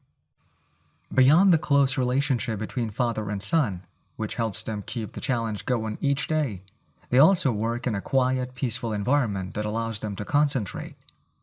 Even after receiving a 3-star rating from Michelin, they never considered opening other locations or expanding the business. They serve just 10 patrons at a time at the bar of their small restaurant. Jiro's family isn't looking to make money. Instead, they value good working conditions and creating an environment in which they can flow while making the best sushi in the world. Jiro, like Yukio Shakunaga, begins his work at the source. He goes to the fish market to find the best tuna. Shakunaga goes to the mountains to find the best porcelain. When they get down to work, both become one with the object they are creating. This unity with the object that they reach in a state of flow takes on special meaning in Japan, where, according to Shintoism, forests, trees, and objects have a kami, spirit or god, within them. When someone, whether an artist, an engineer, or a chef, sets out to create something, his or her responsibility is to use nature to give it life while respecting that nature at every moment. During this process, the artisan becomes one with the object and flows with it. An ironworker would say that metal has a life of its own, just as someone making ceramics would say that the clay does. The Japanese are skilled at bringing nature and technology together. Not man versus nature, but rather a union of the two. The purity of Ghibli. There are those who say that the Shinto value of being connected with nature is vanishing. One of the harshest critics of this loss is another artist with a clearly defined Ikigai. Hayao Miyazaki, the director of the animated films produced by Studio Ghibli. In nearly all his films, we see humans, technology, fantasy, and nature in a state of conflict, and in the end, coming together. One of the most poignant metaphors in his film, Spirited Away, is an obese spirit covered in trash that represents the pollution of the rivers. In Miyazaki's films, forests have personalities, trees have feelings, and robots befriend birds. Considered a national treasure by the Japanese government, Miyazaki is an artist capable of becoming completely absorbed in his art. He uses a cell phone from the late 1990s, and he makes his entire team draw by hand. He directs his films by rendering on paper even the tiniest detail, achieving flow by drawing, not by using a computer. Thanks to this obsession on the director's part, Studio Ghibli is one of the only studios in the world where almost the entire production process is carried out using traditional techniques. Those who have visited Studio Ghibli know that it is fairly typical on a given Sunday to see a solitary individual tucked away in a corner, hard at work. A man in simple clothes who will greet them with an "Ohayo," hello, without looking up. Miyazaki is so passionate about his work that he spends many Sundays in the studio, enjoying the state of flow, putting his Ikigai above all else. Visitors know that under no circumstances is one to bother Miyazaki, who is known for his quick temper, especially if he is interrupted while drawing. In 2013, Miyazaki announced he was going to retire. To commemorate his retirement, the television station NHK made a documentary showing him in his last days at work. He is drawing in nearly every scene of the film. In one scene, several of his colleagues are seen coming out of a meeting, and there he is, drawing in a corner, paying no attention to them. In another scene, he's shown walking to work on December 30th, a national holiday in Japan, and opening the doors of Studio Ghibli so he can spend the day there, drawing alone. Miyazaki can't stop drawing. The day after his retirement, instead of going on vacation or staying at home, he went to Studio Ghibli and sat down to draw. His colleagues put on their best poker faces, not knowing what to say. 1 year later, he announced he wouldn't make any more feature films, but that he would keep on drawing until the day he died. Can someone really retire if he is passionate about what he does? The recluses. It is not only the Japanese who have this capacity. There are artists and scientists all over the world with strong, clear ikigais. They do what they love until their dying day. The last thing Einstein wrote before closing his eyes forever was a formula that attempted to unite all the forces of the universe in a single theory. When he died, he was still doing what he loved. If he hadn't been a physicist, he said, he would have been happy as a musician. When he wasn't focused on physics or mathematics, he enjoyed playing the violin. Reaching a state of flow while working on his formulas or playing music, his two ikigais brought him endless pleasure. Many such artists might seem misanthropic or reclusive, but what they are really doing is protecting the time that brings them happiness, sometimes at the expense of other aspects of their lives. They are outliers who apply the principles of flow to their lives to an extreme. Another example of this kind of artist is the novelist Haruki Murakami. He sees only a close circle of friends and appears in public in Japan only once every few years. Artists know how important it is to protect their space, control their environment, and be free of distractions if they want to flow with their ikigai. Microflow. Enjoying mundane tasks. But what happens when we have to, say, do the laundry, mow the lawn, or attend to paperwork? Is there a way to make these mundane tasks enjoyable? Near the Shinjuku subway station in one of the neural centers of Tokyo, there is a supermarket that still employs elevator operators. The elevators are fairly standard and could easily be operated by the customers, but the store prefers to provide the service of someone holding the door open for you, pushing the button for your floor, and bowing as you exit. If you ask around, you'll learn that there is one elevator operator who has been doing the same job since 2004. She's always smiling and enthusiastic about her work. How is she able to enjoy such a job? Doesn't she get bored doing something so repetitive? On closer inspection, it becomes clear that the elevator operator is not just pushing buttons, but is instead performing a whole sequence of movements. She begins by greeting the customers with a song-like salutation, followed by a bow and a welcoming wave of the hand. Then she presses the elevator button with a graceful movement, as though she's a geisha offering a client a cup of tea. Csikszentmihalyi calls this microflow. We've all been bored in a class or at a conference and started doodling to keep ourselves entertained, or whistled while painting a wall. If we are not truly being challenged, we get bored and add a layer of complexity to amuse ourselves. Our ability to turn routine tasks into moments of microflow, into something we enjoy, is key to our being happy, since we all have to do such tasks. Even Bill Gates washes the dishes every night. He says he enjoys it, that it helps him relax and clear his mind, and that he tries to do it a little better each day, following an established order or set of rules he's made for himself. Plates first, forks second, and so on. It's one of his daily moments of microflow.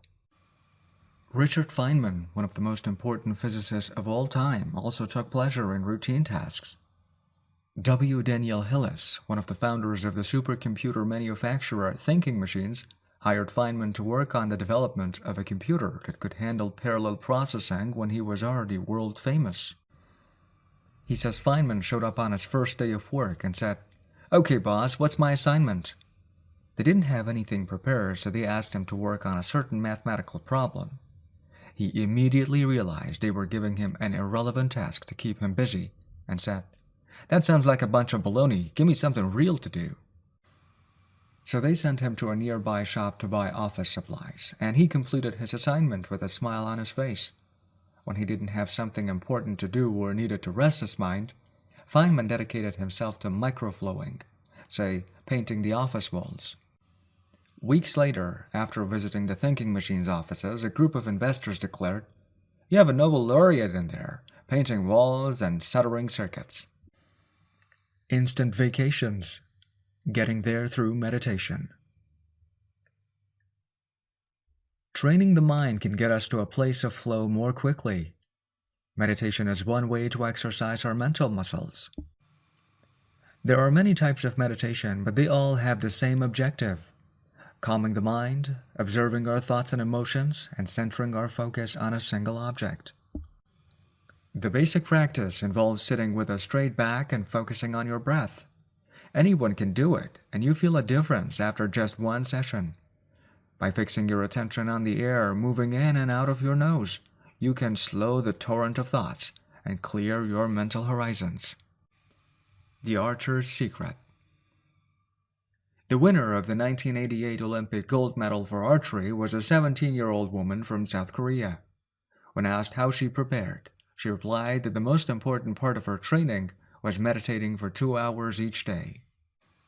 If we want to get better at reaching a state of flow, meditation is an excellent antidote to our smartphones and their notifications constantly clamoring for our attention.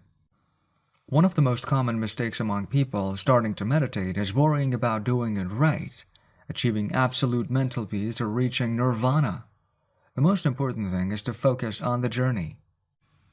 Since the mind is a constant swirl of thoughts, ideas, and emotions, slowing down the centrifuge, even for just a few seconds, can help us feel more rested and leave us with a sense of clarity.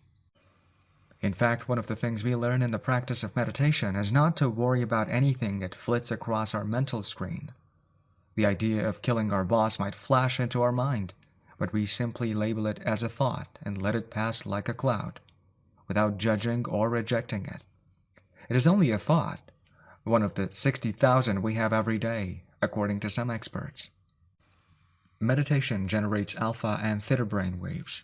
For those experienced in meditation, these waves appear right away, while it might take a half hour for a beginner to experience them.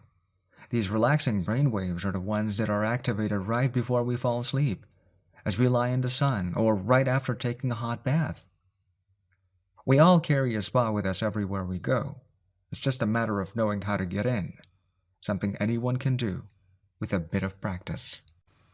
Humans as ritualistic beings. Life is inherently ritualistic. We could argue that humans naturally follow rituals that keep us busy. In some modern cultures, we have been forced out of our ritualistic lives to pursue goal after goal in order to be seen as successful. But throughout history, humans have always been busy. We were hunting, cooking, farming, exploring, and raising families, activities that were structured as rituals to keep us busy throughout our days. But in an unusual way, rituals still permeate daily life and business practices in modern Japan.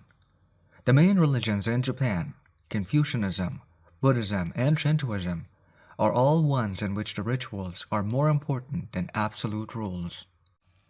When doing business in Japan, Process, manners, and how you work on something is more important than the final results. Whether this is good or bad for the economy is beyond the scope of this audiobook. What is indisputable, though, is that finding flow in a ritualistic workplace is much easier than in one in which we are continually stressed out, trying to achieve unclear goals set by our bosses. Rituals give us clear rules and objectives, which help us enter a state of flow. When we have only a big goal in front of us, we might feel lost or overwhelmed by it. Rituals help us by giving us the process, the sub-steps on the path to achieving a goal. When confronted with a big goal, try to break it down into parts and then attack each part one by one. Focus on enjoying your daily rituals, using them as tools to enter a state of flow. Don't worry about the outcome. It will come naturally. Happiness is in the doing, not in the result. As a rule of thumb, remind yourself, rituals over goals. The happiest people are not the ones who achieve the most. They are the ones who spend more time than others in a state of flow. Using flow to find your Ikigai. After reading this chapter, you should have a better idea of which activities in your life make you enter flow. Write all of them on a piece of paper, then ask yourself these questions. What do the activities that drive you to flow have in common? Why do those activities drive you to flow? For example, are all the activities you most like doing ones that you practice alone or with other people? Do you flow more when doing things that require you to move your body, or just to think? In the answers to these questions, you might find the underlying Ikigai that drives your life. If you don't, then keep searching by going deeper into what you like, by spending more of your time in the activities that make you flow. Also, try new things that are not on the list of what makes you flow, but that are similar and that you are curious about. For example, if photography is something that drives you into flow, you could also try painting. You might even like it more. Or if you love snowboarding and have never tried surfing. Flow is mysterious. It is like a muscle. The more you train it, the more you will flow, and the closer you will be to your Ikigai. Chapter 5. Masters of Longevity. Words of wisdom from the longest living people in the world. When we started working on this audiobook, we didn't want to just research the factors that contribute to a long and happy life. We wanted to hear from the true masters of this art. The interviews we conducted in Okinawa merit their own chapter, but in the section that precedes it, we have provided an overview of the life philosophies of a few international champions of longevity. We're talking about super centenarians, people who live to 110 years of age or more. The term was coined in 1970 by Norris McWhirter, editor of the Guinness Book of World Records. Its use became more widespread in the 1990s after it appeared in William Strauss and Neil Howe's Generations. Today there are an estimated 300 to 450 supercentenarians in the world, although the age of only around 75 of them has been confirmed. They aren't superheroes, but we could see them as such for having spent far more time on this planet than the average life expectancy would predict. Given the rise in life expectancy around the world, the number of supercentenarians might also increase. A healthy and purposeful life could help us join their ranks. Let's take a look at what a few of them have to say. Misao Okawa, 117. Eat and sleep, and you will live a long time. You have to learn to relax. According to the Gerontology Research Group, until April 2015, the oldest living person in the world was Misao Okawa, who passed away in a care facility in Osaka, Japan, after living for 117 years, 27 days.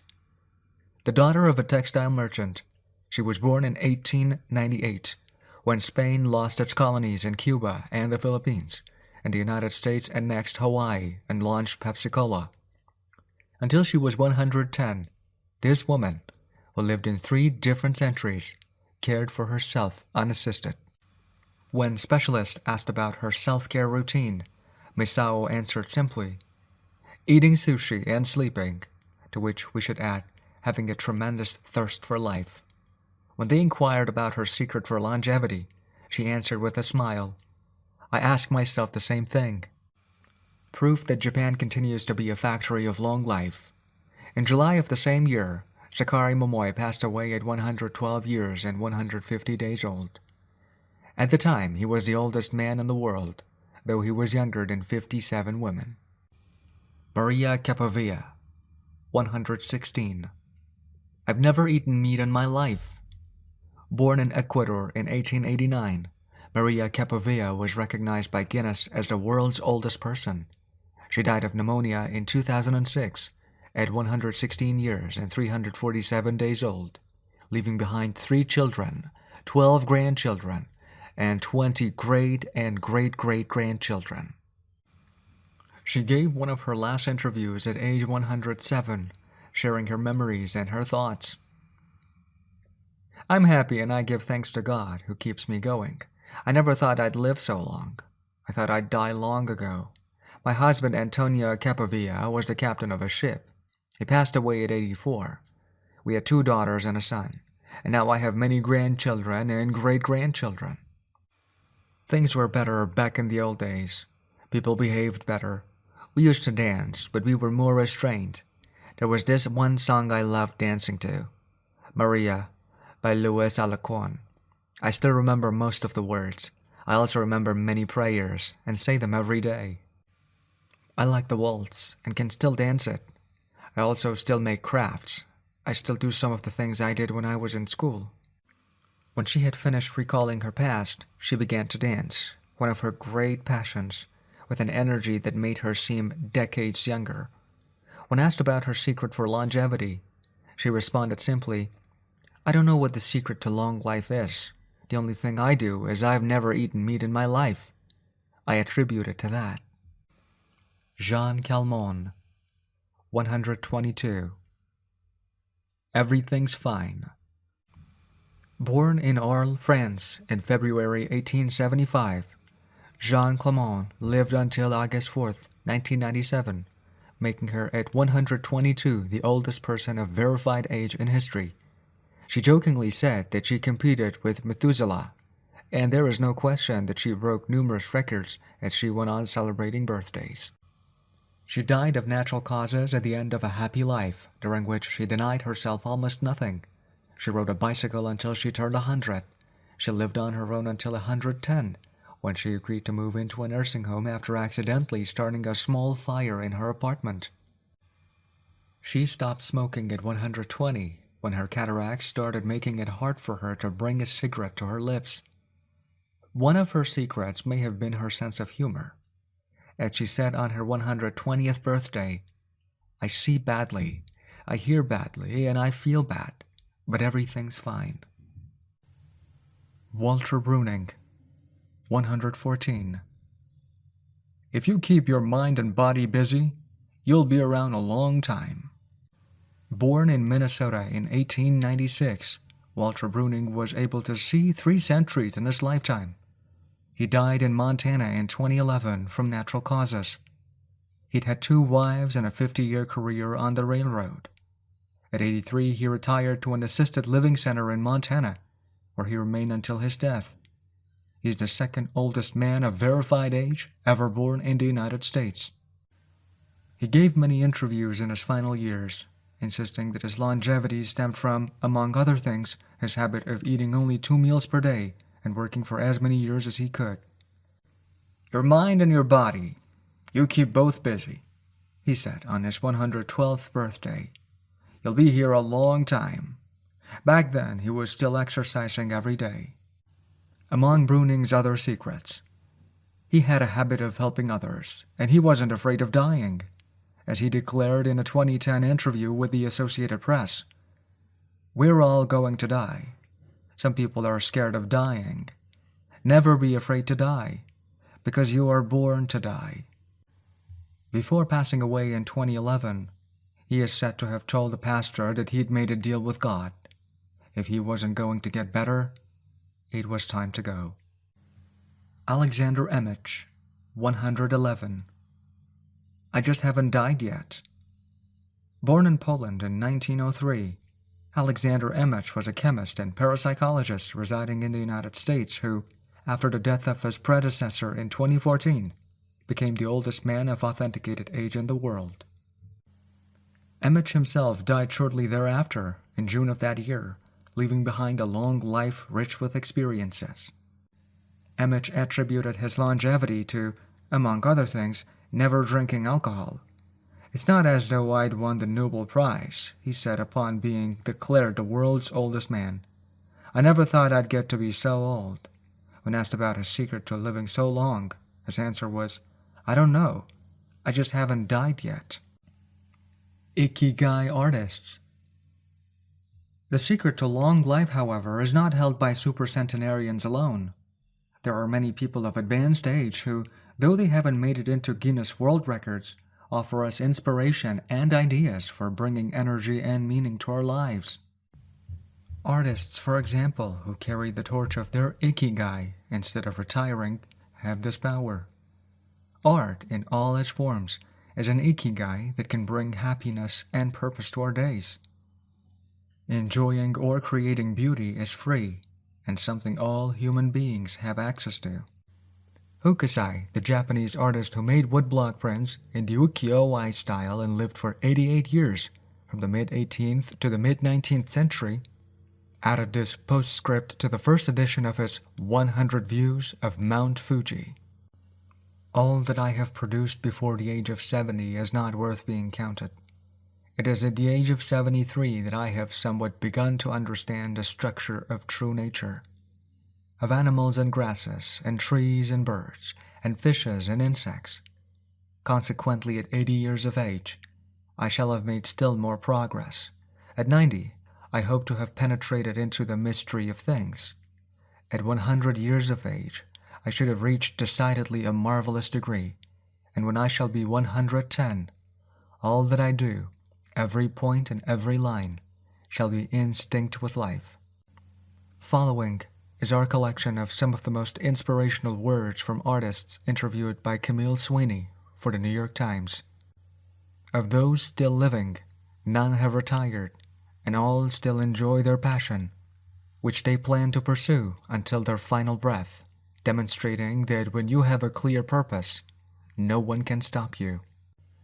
The actor Christopher Plummer, still working at 86, reveals a dark desire shared by many who love the profession. "We want to drop dead on stage. That will be a nice theatrical way to go." Osamu Tezuka, the father of modern Japanese manga, shared this feeling. Before he died in 1989, his last words as he drew one final cartoon were, "Please, just let me work." The 86-year-old filmmaker Frederick Wiseman declared on a stroll through Paris that he likes to work, which is why he does it with such intensity. "Everybody complains about their aches and pains and all that, but my friends are either dead or are still working," he said. Carmen Herrera, a painter who just entered her 100th year, sold her first canvas at age 89. Today her work is in the permanent collections of the Tate Modern and the Museum of Modern Art. When asked how she viewed her future, she responded, "I am always waiting to finish the next thing. Absurd, I know. I go day by day." Never stop learning. You may grow old and trembling in your anatomies. You may lie awake at night listening to the disorder of your veins. You may miss your only love. You may see the world about you devastated by evil lunatics, or know your honor trampled in the sewers of baser minds.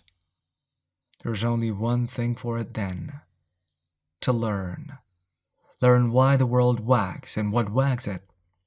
That is the only thing which the mind can never exhaust, never alienate, never be tortured by, never fear or distrust, and never dream of regretting. T.H. White, the once and future king. For his part, naturalist and author Edward O. Wilson asserted, "I feel I have enough experience to join those who are addressing big questions. About 10 years ago, when I began reading and thinking more broadly about the questions of what are we, where did we come from, and where are we going, I was astonished at how little this was being done. Ellsworth Kelly, an artist who passed away in 2015 at the age of 92, assured us that the idea that we lose our faculties with age is, in part, a myth, because instead we develop a greater clarity and capacity for observation. It's one thing about getting older. You see more. Every day I'm continuing to see new things. That's why there are new paintings. At 86, the architect Frank Gehry reminds us that some buildings can take 7 years, from the time you're hired until you're finished. A fact that favors a patient attitude with regard to the passage of time. The man responsible for the Guggenheim Museum Bilbao, however, knows how to live in the here and now. You stay in your time. You don't go backward. I think if you relate to the time you're in, you keep your eyes and ears open. Read the paper. See what's going on. Stay curious about everything. You will automatically be in your time. Longevity in Japan. Because of its robust civil registry, many of those verified as having lived the longest are found in the United States. However, there are many centenarians living in remote villages in other countries. A peaceful life in the countryside seems pretty common among people who have watched a century pass. Without question, the international superstar of longevity is Japan, which has the highest life expectancy of any country in the world. In addition to a healthy diet, which we will explore in detail, and an integrated healthcare system in which people go to the doctor for regular checkups to prevent disease, longevity in Japan is closely tied to its culture, as we will see later on. The sense of community and the fact that Japanese people make an effort to stay active until the very end are key elements of their secret to long life. If you want to stay busy even when there is no need to work, there has to be an Ikigai on your horizon, a purpose that guides you throughout your life and pushes you to make things of beauty and utility for the community and yourself. Chapter 6. Lessons from Japan's Centenarians. Traditions and Proverbs for Happiness and Longevity. To get to Ogimi, we had to fly nearly 3 hours from Tokyo to Naha, the capital of Okinawa. Several months earlier, we had contacted the town council of a place known as the Village of Longevity to explain the purpose of our trip and our intention to interview the oldest members of the community. After numerous conversations, we finally got the help we were looking for and were able to rent a house just outside the town. 1 year after starting this project, we found ourselves on the doorstep of some of the longest living people in the world. We realized right away that time seems to have stopped there, as though the entire town were living in an endless here and now. Arriving in Ogimi. After 2 hours on the road from Naha, we are finally able to stop worrying about the traffic. To our left are the sea and an empty stretch of beach. To our right, the mountainous jungle of Okinawa's Yanbaru forests. Once Route 58 passes Nago, where Orion beer, the pride of Okinawa, is made, it skirts the coast until it reaches Ogimi. Every now and then, a few little houses and stores crop up in the narrow stretch of land between the road and the base of the mountain. We pass small clusters of houses scattered here and there as we enter the municipality of Ogimi, but the town doesn't really seem to have a center. Our GPS finally guides us to our destination, the Center for the Support and Promotion of Well-Being, housed in an unattractive cinder-block building right off the highway. We go in through the back door, where a man named Tyra is waiting for us. Beside him is a petite, cheerful woman who introduced herself as Yuki. 2 other women immediately get up from desks and show us to a conference room. They serve us each a cup of green tea and a few shikuasa, a small citrus fruit that packs a big nutritional punch, as we will see later on. Tyra sits down across from us in his formal suit and opens up a large planner and a 3-ring binder. Yuki sits next to him. The binder contains a list of all the town's residents, organized by age and club, or moai. Tyra points out that these groups of people who help one another are characteristic of Ogimi. The moai are not organized around any concrete objective. They function more like a family, Tyra also tells us that volunteer work, rather than money, drives much of what happens in Ogimi. Everyone offers to pitch in, and the local government takes care of assigning tasks. This way, everyone can be useful and feels like a part of the community. Ogimi is the penultimate town before Cape Hato, the northernmost point of the largest island in the archipelago. From the top of one of Ogimi's mountains, we're able to look down over the whole city. Almost everything is the green of the Yanbaru jungle, making us wonder where the nearly 3,200 residents are hiding.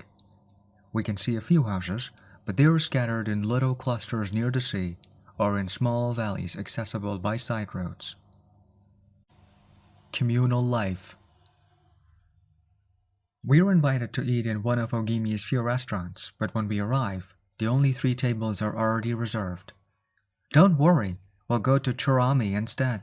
It never fills up," says Yuki, walking back to her car. She's still driving at age 88 and takes great pride in that. Her co-pilot is 99 and has also decided to spend the day with us. She's still driving at age 88 and takes great pride in that. Her co-pilot is 99 and has also decided to spend the day with us. We have to drive fast to keep up with them on a highway that is sometimes more dirt than asphalt. Finally reaching the other end of the jungle, we can at last sit down to eat. "I don't really go to restaurants," Yuki says as we take our seats. "Almost everything I eat comes from my vegetable garden, and I buy my fish from Tanaka, who's been my friend forever." The restaurant is right by the sea and seems like something from the planet Tatooine from Star Wars. The menu boasts in large letters that it serves slow food prepared with organic vegetables grown in the town. "But really," Yuki continues, "food is the least important thing." She is extroverted and rather pretty. She likes to talk about her role as a director of several associations run by the local government. "Food won't help you live longer," she says, bringing to her lips a bite of the diminutive confession that followed our meal. "The secret is smiling and having a good time." There are no bars and only a few restaurants in Ogimi, but those who live there enjoy a rich social life that revolves around community centers.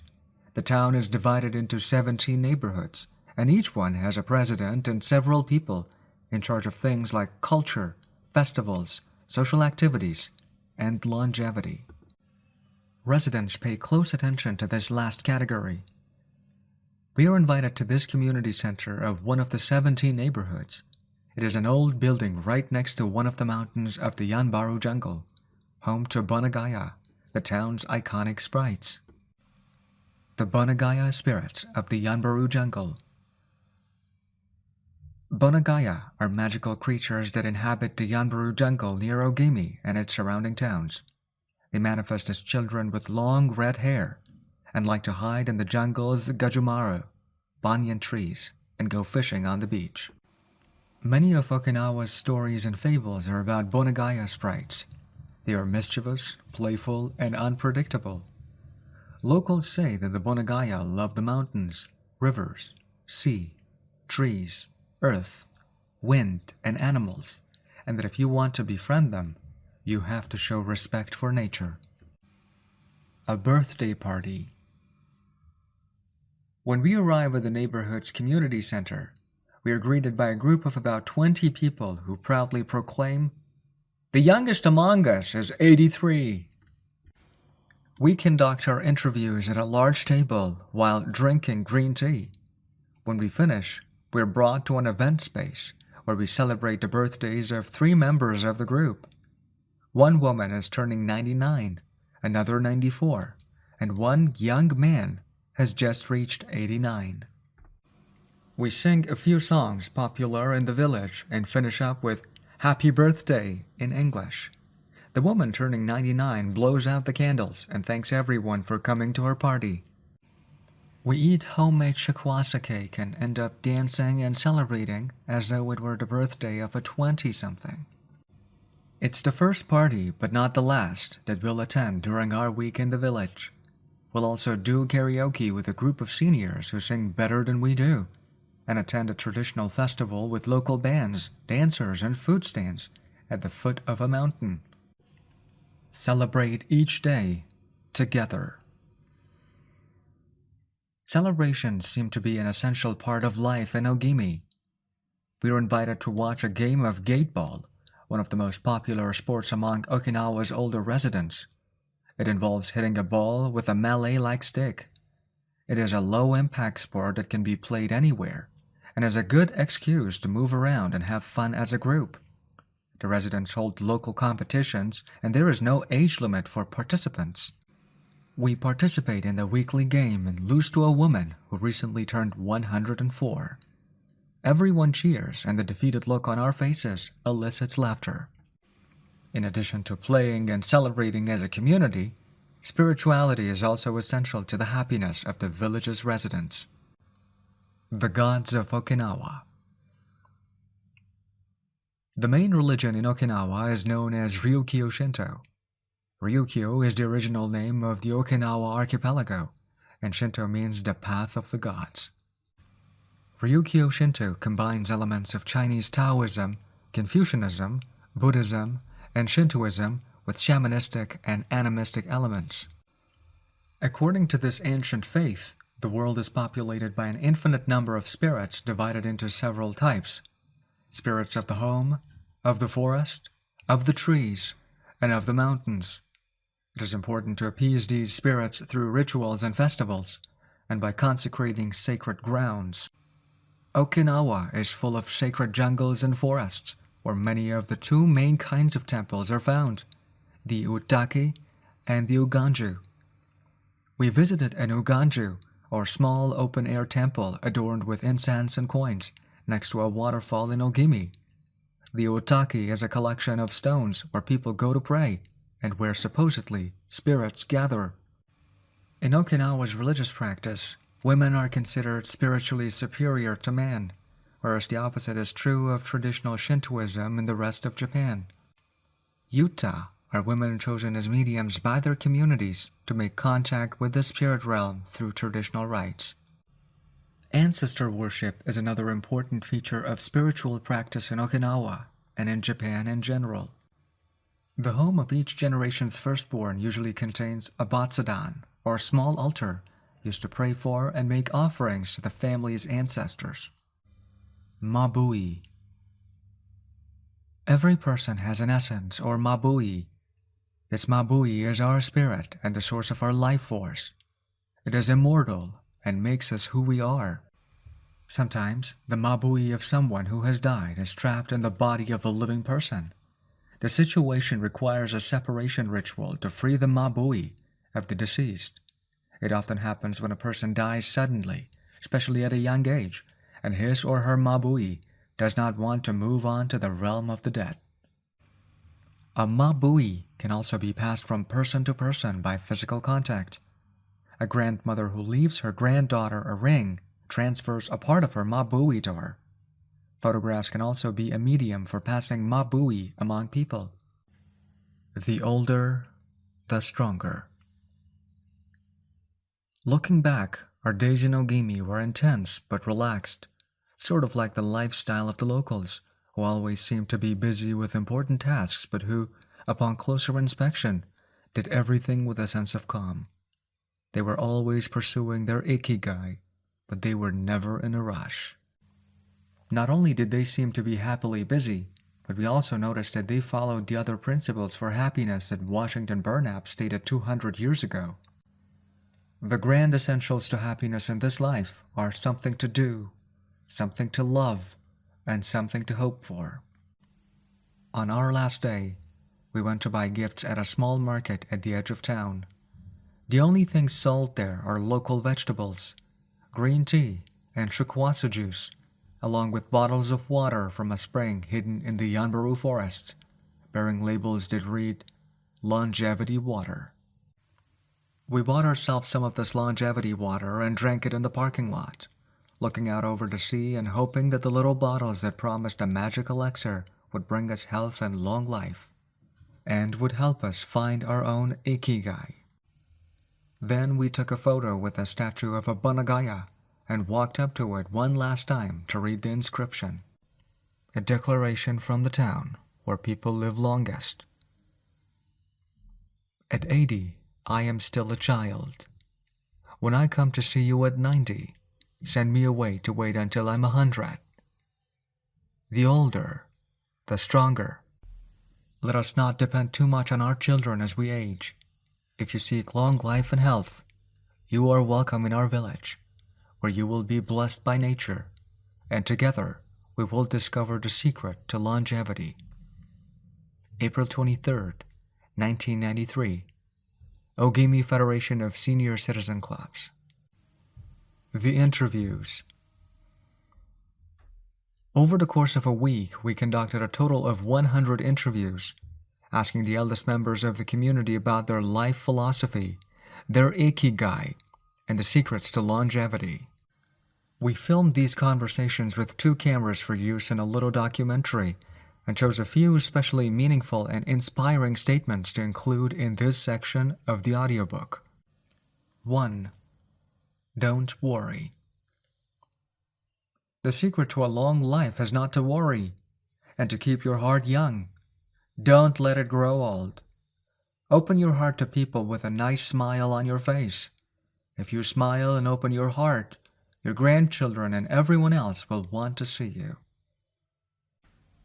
The best way to avoid anxiety is to go out in the street and say hello to people. I do it every day. I go out there and say, hello, and see you later.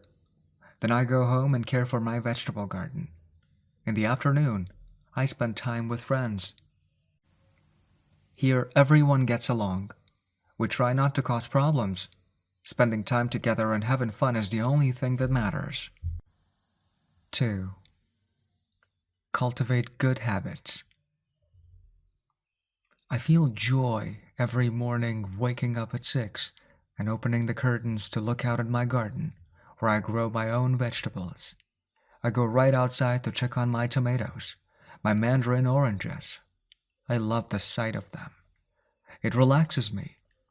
After an hour in the garden, I go back inside and make breakfast. I plant my own vegetables and cook them myself. That's my Ikigai. The key to staying sharp in old age is in your fingers. From your fingers to your brain and back again. If you keep your fingers busy, you'll live to see 100. I get up at 4 every day. I set my alarm for that time, have a cup of coffee, and do a little exercise, lifting my arms. That gives me energy for the rest of the day. I eat a bit of everything. I think that's the secret. I like variety in what I eat. I think it tastes better. Working. If you don't work, your body breaks down. When I wake up, I go to the Butsudan and light incense. You have to keep your ancestors in mind. It's the first thing I do every morning. I wake up every morning at the same time, early, and spend the morning in my vegetable garden. I go dancing with my friends once a week. I do exercise every day, and every morning I go for a little walk. I never forget to do my Taiso exercises when I get up. Eating vegetables. It helps you live longer. To live a long time, you need to do 3 things. Exercise to stay healthy, eat well, and spend time with people. 3. Nurture your friendships every day. Getting together with my friends is my most important Ikigai. We all get together here and talk. It's very important. I always know I'll see them all here tomorrow, and that's one of my favorite things in life. My main hobby is getting together with friends and neighbors. Talking each day with the people you love. That's the secret to a long life. I say hello and see you later to the children on their way to school, and wave at everyone who goes by me in their car. Drive safely, I say. Between 7:20 a.m. and 8:15 a.m., I'm outside on my feet the whole time, saying hello to people. Once everyone's gone, I go back inside. Chatting and drinking tea with my neighbors. That's the best thing in life. And singing together. I wake up at 5 every morning, leave the house and walk to the sea. Then I go to a friend's house and we have tea together. That's the secret to long life. Getting together with people and going from place to place. 4. Live an unhurried life. My secret to a long life is always saying to myself, slow down and relax. You'll live much longer if you're not in a hurry. I make things with wicker. That's my Ikigai. The first thing I do when I wake up is pray. Then I do my exercises and eat breakfast. At 7, I calmly start working on my wicker. When I get tired at 5, I go visit my friends. Doing many different things every day. Always staying busy, but doing one thing at a time, without getting overwhelmed. The secret to long life is going to bed early, waking up early, and going for a walk.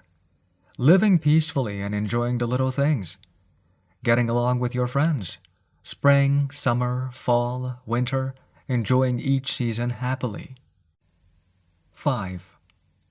Be optimistic. Every day I say to myself, today will be full of health and energy. Live it to the fullest.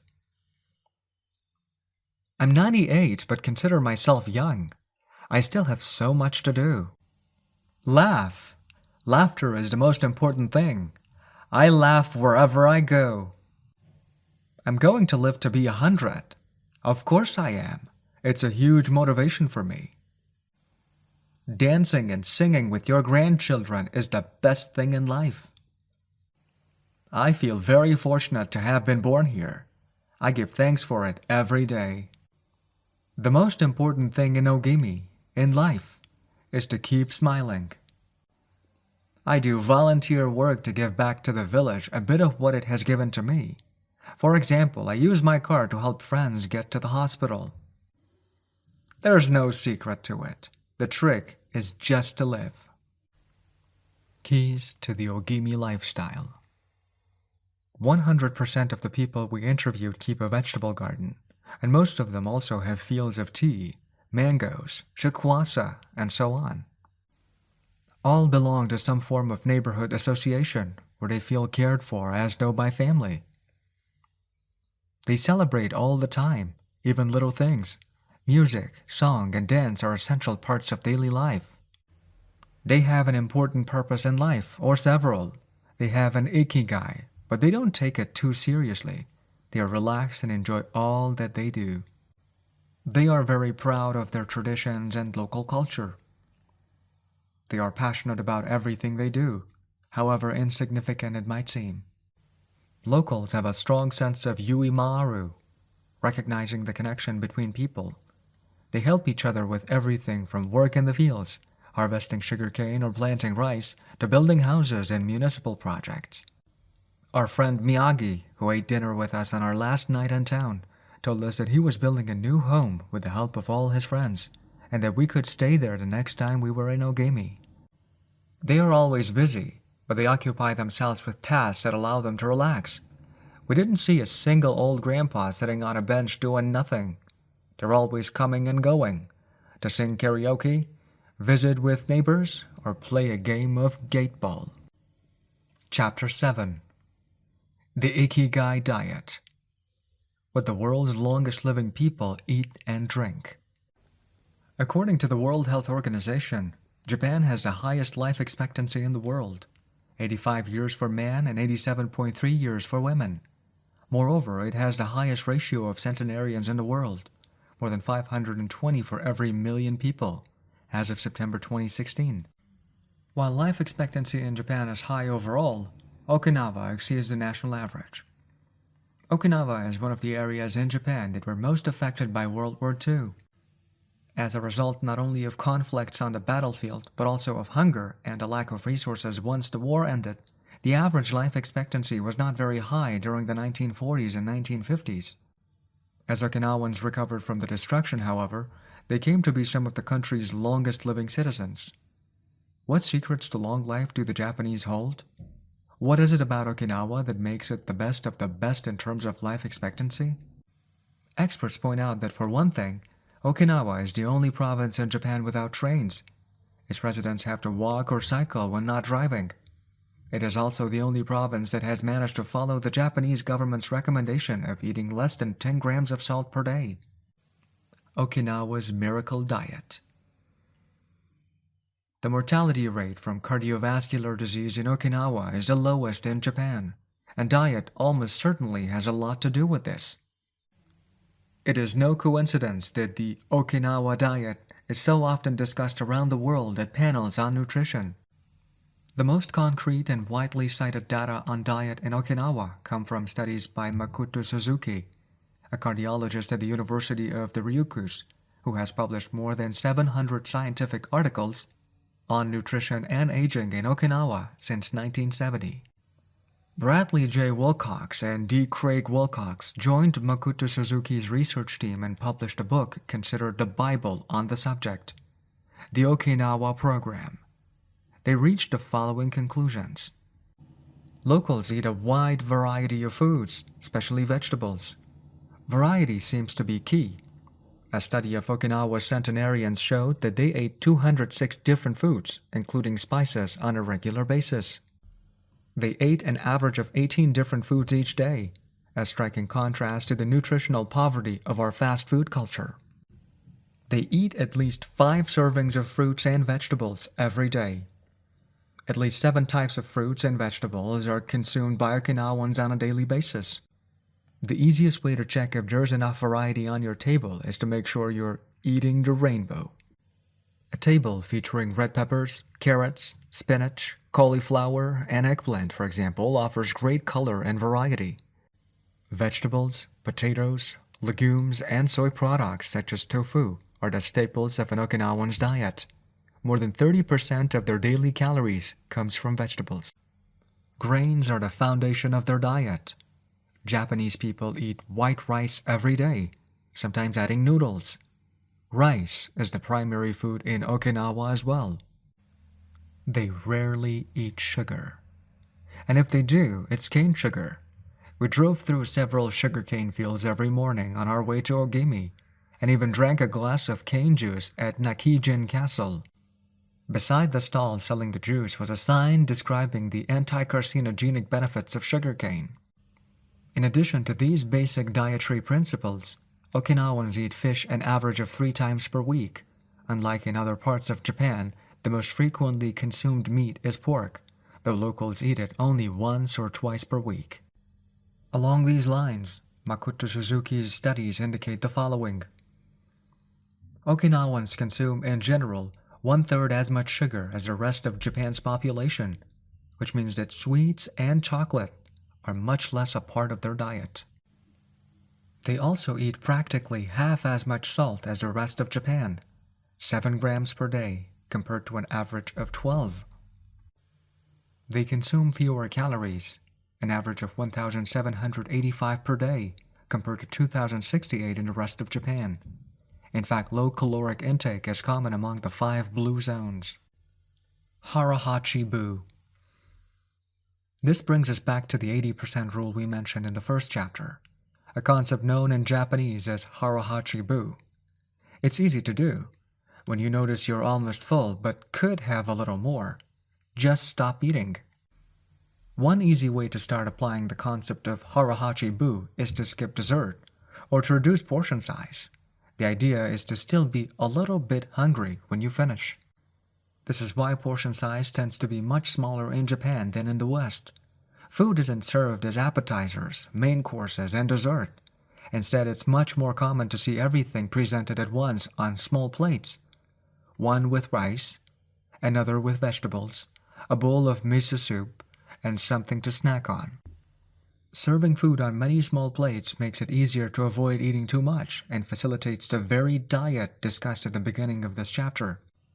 Harahachi-bu is an ancient practice.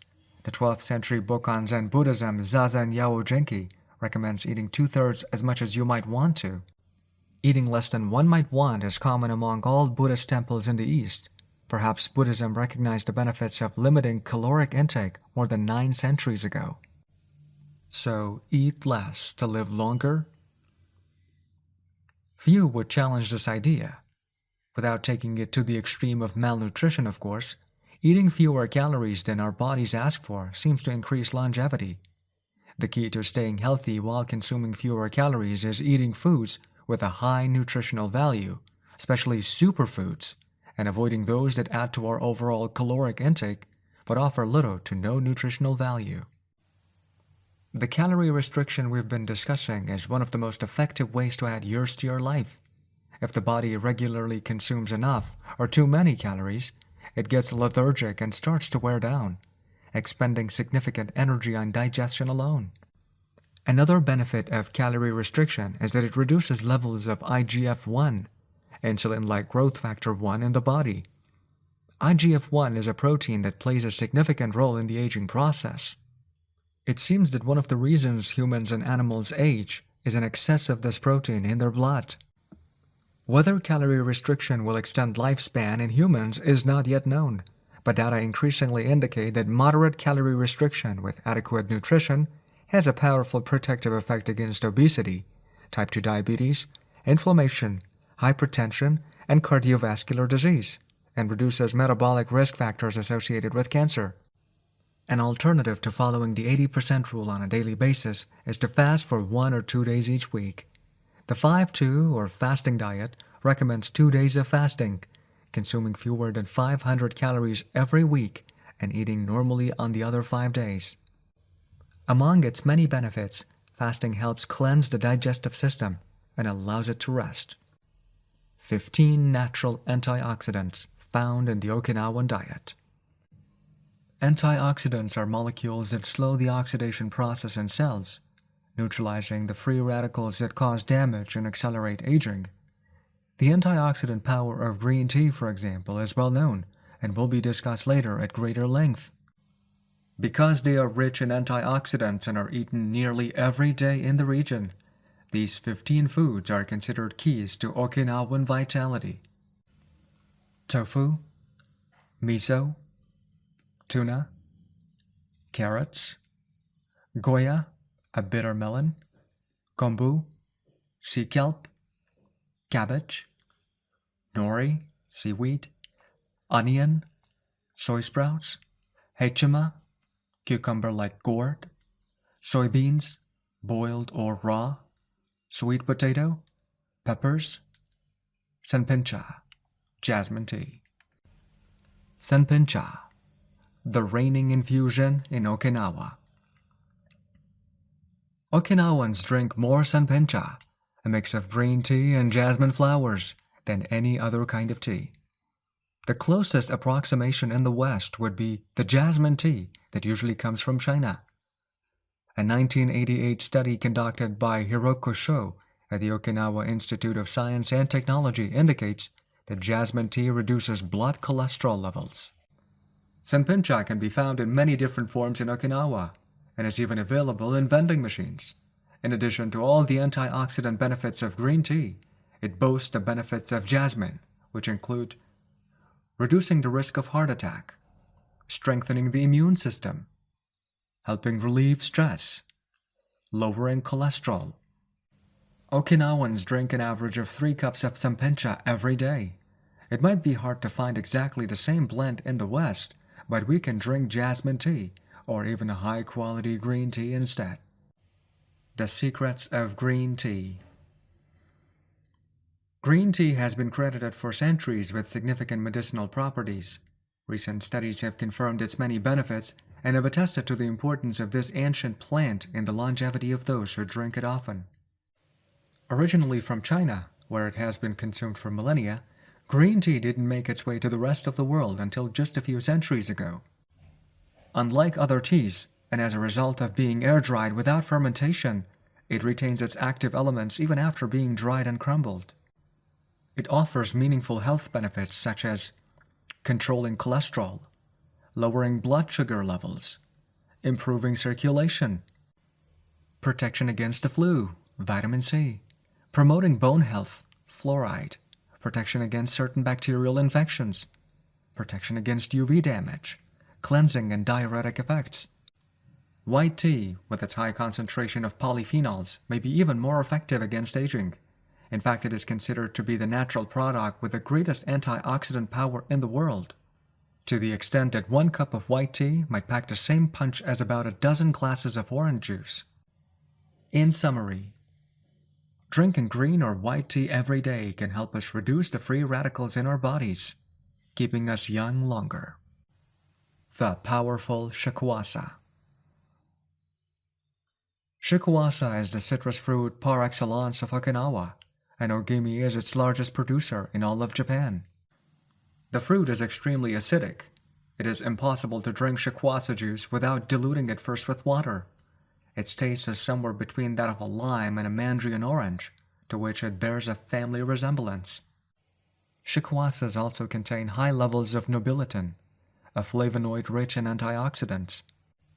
All citrus fruits, grapefruits, oranges, lemons are high in nobiletin, but Okinawa's shikuasas have 40 times as much as oranges. Consuming nobiletin has been proven to protect us from arteriosclerosis, cancer, type 2 diabetes, and obesity in general. Shikuasas also contain vitamins C and B, beta-carotene, and minerals.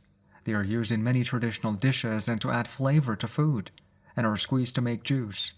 While conducting research at the birthday parties of the town's grandparents, we were served shikuasa cake. The antioxidant canon for Westerners. In 2010, the UK's Daily Mirror published a list of foods recommended by experts to combat aging. Among these foods readily available in the West are vegetables such as broccoli and chard for their high concentration of water, minerals, and fiber. Oily fish such as salmon, mackerel, tuna, and sardines for all the antioxidants in their fat. Fruits such as citrus, strawberries, and apricots. They are an excellent source of vitamins and help eliminate toxins from the body. Berries such as blueberries and goji berries. They are rich in phytochemical antioxidants. Dried fruits, which contain vitamins and antioxidants and give you energy. Grains such as oats and wheat, which give you energy and contain minerals. Olive oil for its antioxidant effects that show in your skin. Foods that should be eliminated are refined sugar and grains, processed baked goods, and prepared foods, along with cow's milk and all its derivatives. Following this diet will help you feel younger and slow the process of premature aging. Chapter 8. Gentle Movements, Longer Life. Exercises from the East that promote health and longevity. Studies from the Blue Zones suggest that the people who live longest are not the ones who do the most exercise, but rather the ones who move the most. When we visited Ogimi, the village of longevity, we discovered that even people over 80 and 90 years old are still highly active. They don't stay at home looking out the window or reading the newspaper. Ogimi's residents walk a lot, do karaoke with their neighbors, get up early in the morning, and as soon as they've had breakfast, or even before, head outside to weed their gardens. They don't go to the gym or exercise intensely, but they almost never stop moving in the course of their daily routines. As easy as getting out of your chair. Metabolism slows down 90% after 30 minutes of sitting. The enzymes that move the bad fat from your arteries to your muscles, where it can get burned off, slow down. And after 2 hours, good cholesterol drops 20%. Just getting up for 5 minutes is going to get things going again. These things are so simple, they're almost stupid, says Gavin Bradley in a 2015 interview with Bridget Schulte for The Washington Post. Bradley is one of the preeminent experts on the subject and the director of an international organization dedicated to building awareness of how detrimental sitting all the time can be to our health. If we live in a city, we might find it hard to move in natural and healthy ways every day, but we can turn to exercises that have proven for centuries to be good for the body. The Eastern disciplines for bringing body, mind, and soul into balance have become quite popular in the West, but in their countries of origin, they have been used for ages to promote health. Yoga, originally from India, though very popular in Japan, and China's Qigong and Tai Chi, among other disciplines, seek to create harmony between a person's body and mind so they can face the world with strength, joy, and serenity.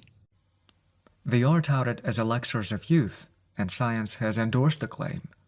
These gentle exercises offer extraordinary health benefits and are particularly appropriate for older individuals who have a harder time staying fit.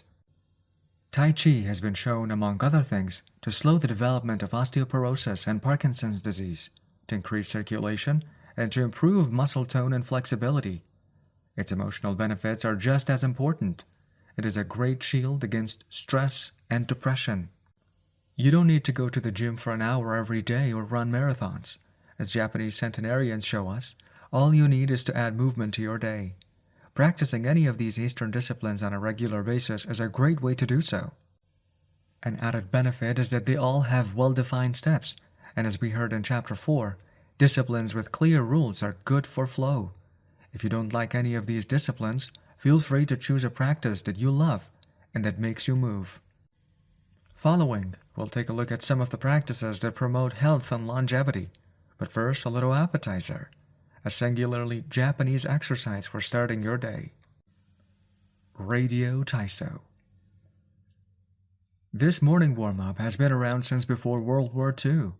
The radio part of its name is from when the instructions for each exercise were transmitted over the radio. But today people usually do these movements while tuned to a television channel or internet video demonstrating the steps. One of the main purposes of doing Radio Taiso is to promote a spirit of unity among participants. The exercises are always done in groups, usually in schools before the start of classes, and in businesses before the workday begins. Statistics show that 30% of Japanese practice Radio Taiso for a few minutes every morning. But Radio Taiso is one thing that almost everyone we interviewed in Ogimi had in common. Even the residents of the nursing home we visited dedicated at least 5 minutes every day to it, though some did the exercises from their wheelchairs. We joined them on their daily practice and we felt refreshed for the rest of the day.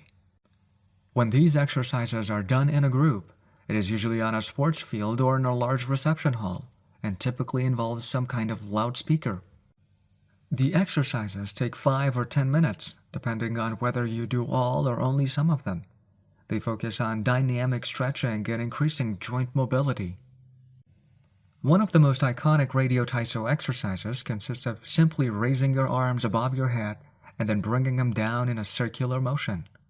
It is a tool to wake up the body, an easy mobility workout that is low in intensity and that focuses on exercising as many joints as possible.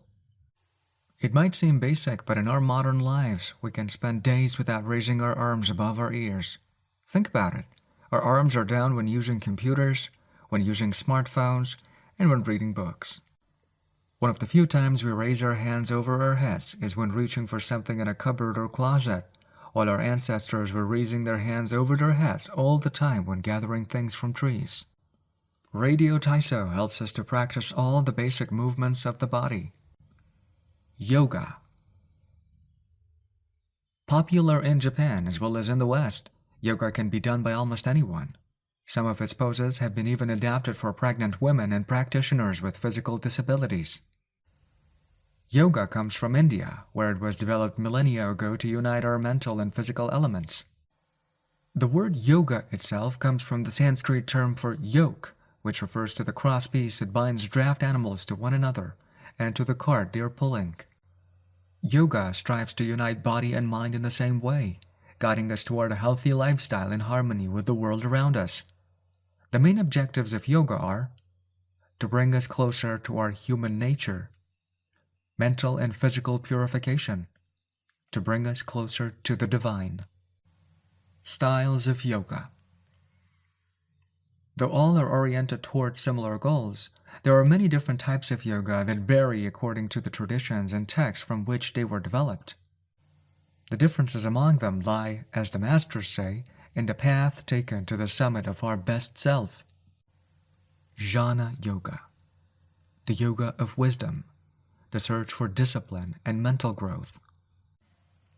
Karma Yoga focuses on action, on tasks and duties that benefit oneself and one's community. Bhakti Yoga, the yoga of devotion and surrender to the divine. Mantra Yoga focuses on the recitation of mantras to reach a state of relaxation.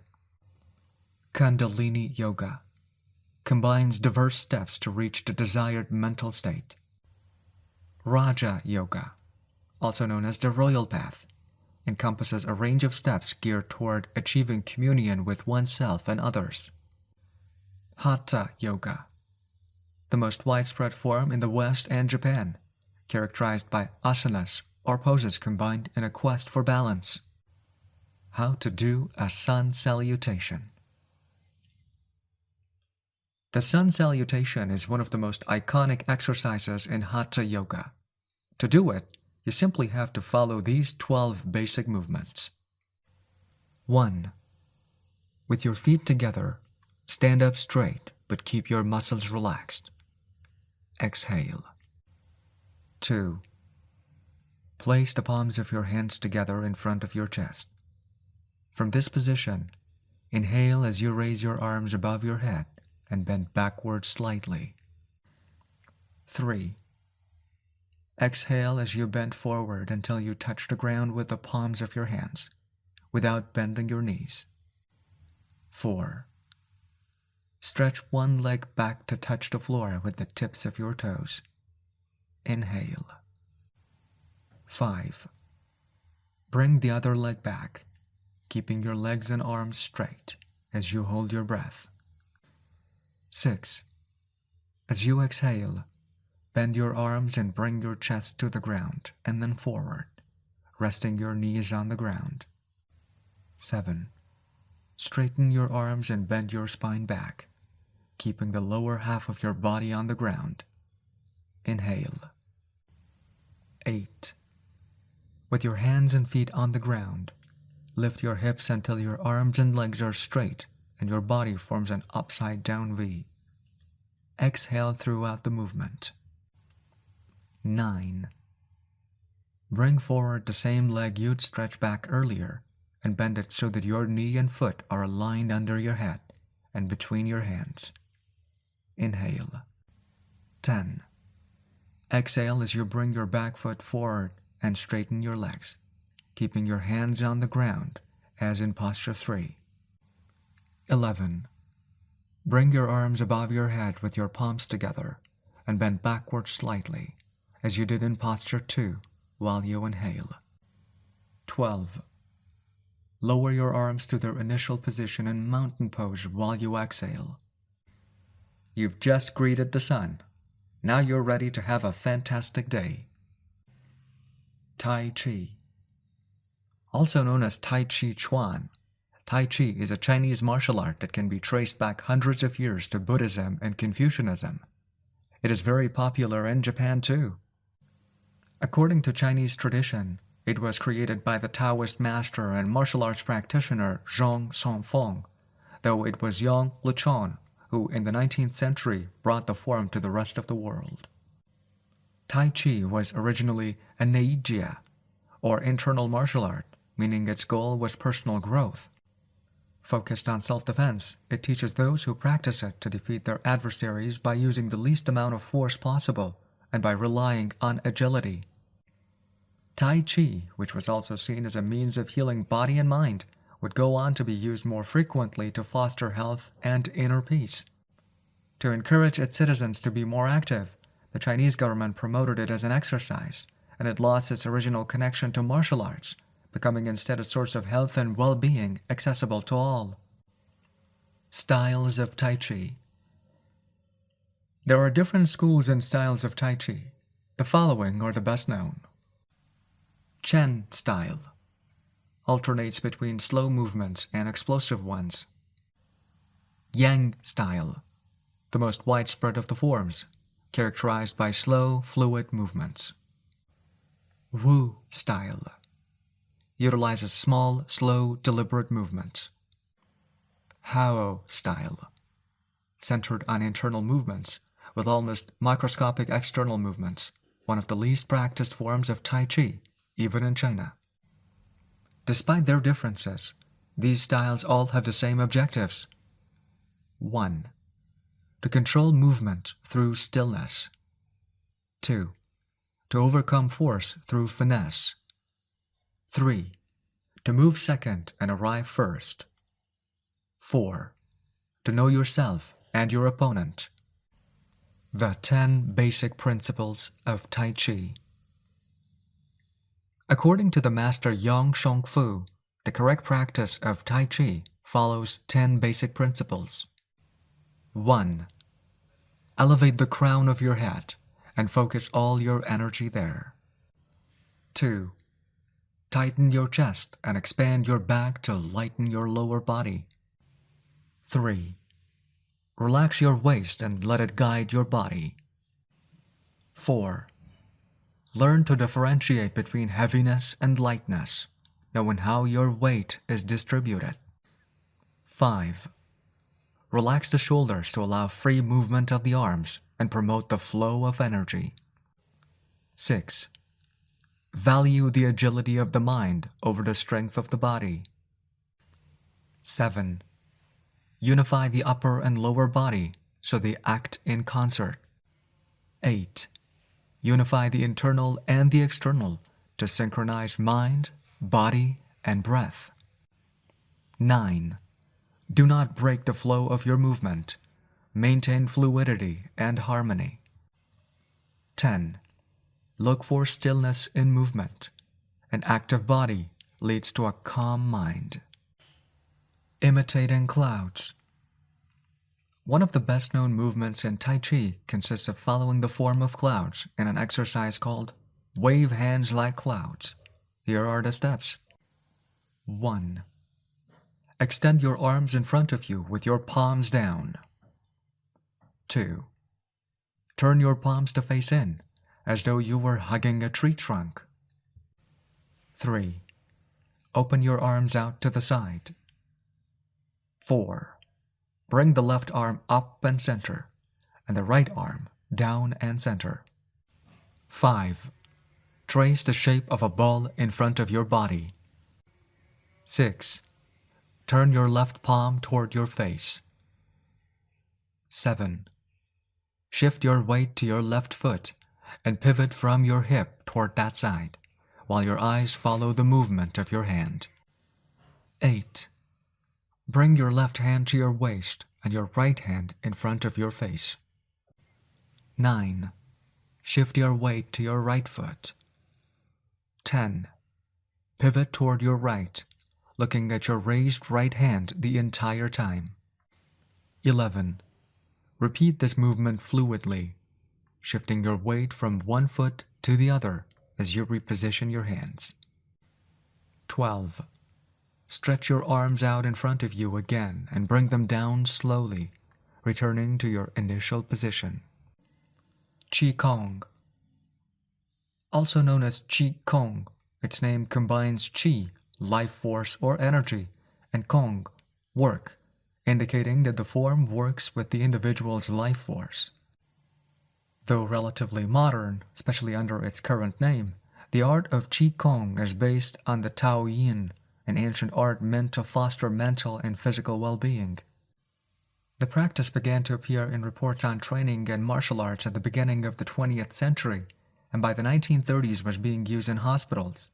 The Chinese government later popularized it, as it had done with Tai Chi. Qi Kong involves static and dynamic physical exercises that stimulate respiration in a standing, seated, or reclined position. There are many different styles of Qi Kong, but all of them seek to strengthen and regenerate Qi. Though its movements are typically gentle, the practice is intense. Benefits of Qi Kong.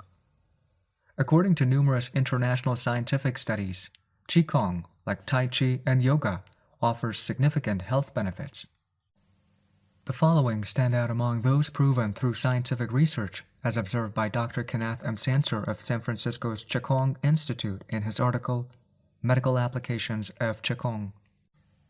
Deceleration of symptoms associated with senility, greater balance and efficiency of bodily functions, increased blood flow to the brain and greater mind-body connection, improved cardiac function, reduction in the secondary effects of cancer treatments.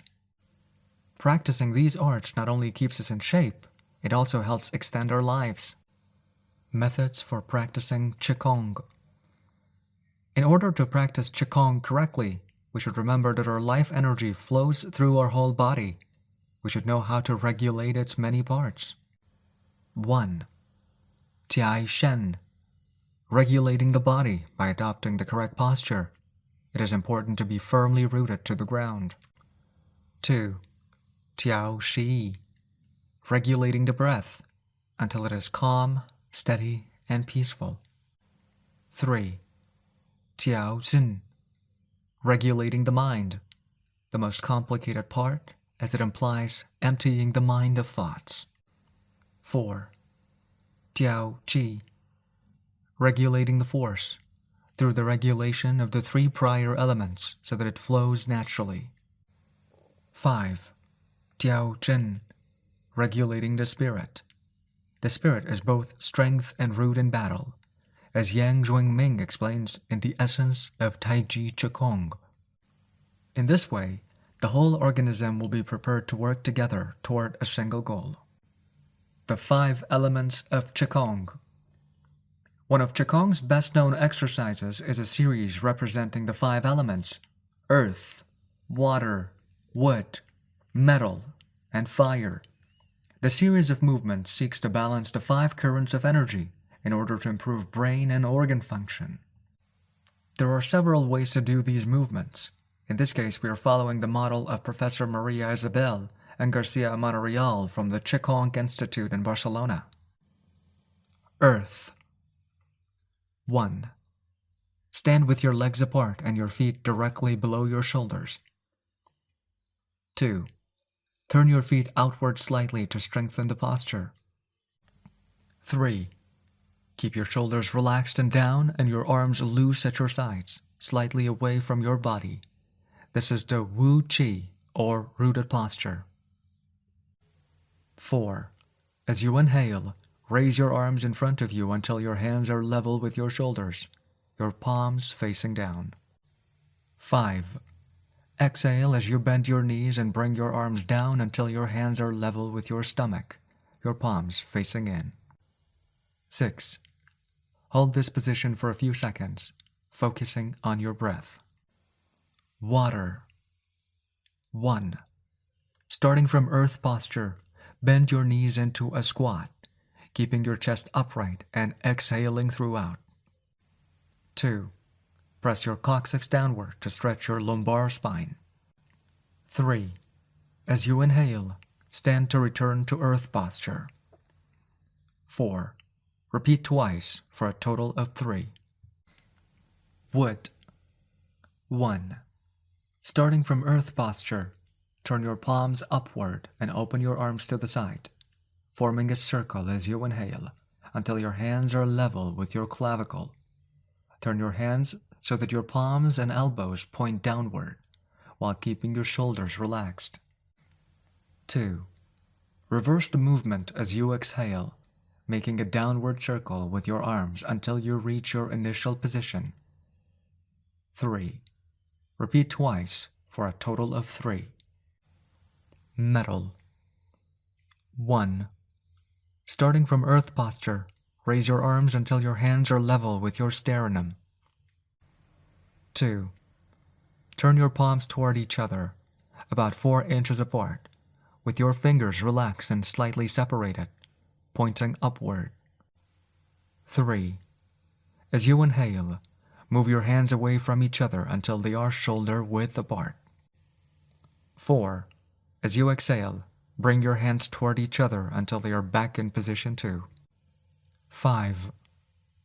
Repeat twice for a total of 3, observing the concentration of energy as you bring your hands together in front of your lungs. Fire. 1. Starting from earth posture, bring your hands level with your heart as you inhale, with one hand slightly above the other and your palms facing each other. 2. Rotate your hands to feel the energy of your heart. 3. Turn from your waist gently to the left, keeping your torso relaxed and your forearms parallel to the ground. 4. With your palms still facing each other, separate your hands, bringing one up until it is level with your shoulder and the other down in front of your abdomen. 5. Turn from your waist gently to the right, keeping your torso relaxed and your forearms parallel to the ground. 6. As you exhale, let your hands come back together in front of your heart. 7.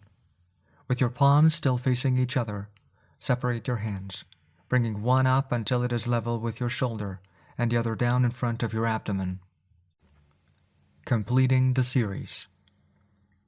1.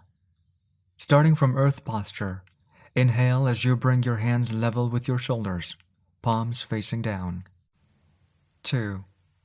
As you exhale, lower your arms to rest at your sides, returning to the initial Wu Qi posture. Shiatsu. Created in Japan in the early 20th century, principally for the treatment of arthritis, Shiatsu also works on energy flow through the application of pressure with the thumbs and the palms of the hands. In combination with stretching and breathing exercises, it seeks to create equilibrium among the different elements of the body. The following quote is about a Tao Yin, a general term referring to the ancient arts meant to foster mental and physical well-being.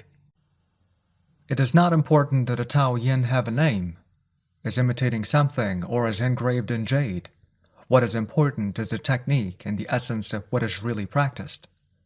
Stretching and contracting, bending and lifting of the head, stepping, lying down, resting or standing, walking or stepping slowly, screaming or breathing. Everything can be a Tao Yin. Ge Hong. Breathe better. Live longer. The book Shi Zhen Shi Shu, known in the West as 10 Books on the Cultivation of Perfection, dates back to the 13th century and is a compendium of materials from diverse sources on developing the mind and body. It quotes, among others, the celebrated Chinese doctor and essayist San Simiao, who lived during the 6th century. San Simiao was a proponent of a technique called the 6 healing sounds, which involves the coordination of movement, breathing, and pronouncing sounds with the purpose of bringing our souls to a place of calm. The 6 sounds are XU, pronounced like shh, with a deep sigh, which is associated with the liver. HE, pronounced like with a yawn, which is associated with the heart. SI, pronounced like sir, with a slow exhale, which is associated with the lungs. CHUI, pronounced like chui, with a forceful exhale, which is associated with the kidneys. HOO, pronounced like hu, which is associated with the spleen. And XI, pronounced like she, which connects the whole body. The following poem by San Simiao offers clues about how to live well according to the season. It reminds us of the importance of breathing and suggests that as we breathe, we visualize the organs associated with each of the healing sounds. In spring, breathe shh for clear eyes, and so wood can aid your liver. In summer, reach for her, so that heart and fire can be at peace. In fall, breathe sir to stabilize and gather metal, keeping the lungs moist. For the kidneys next, breathe chui and see your inner waters calm. The triple heater needs your shi to expel all heat and troubles.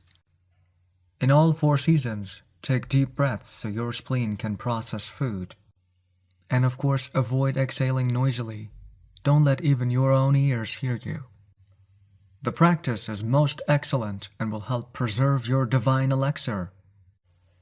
It might feel confusing to be presented with all the Eastern traditions we have introduced in this chapter. The takeaway is that they all combine a physical exercise with an awareness of our breath.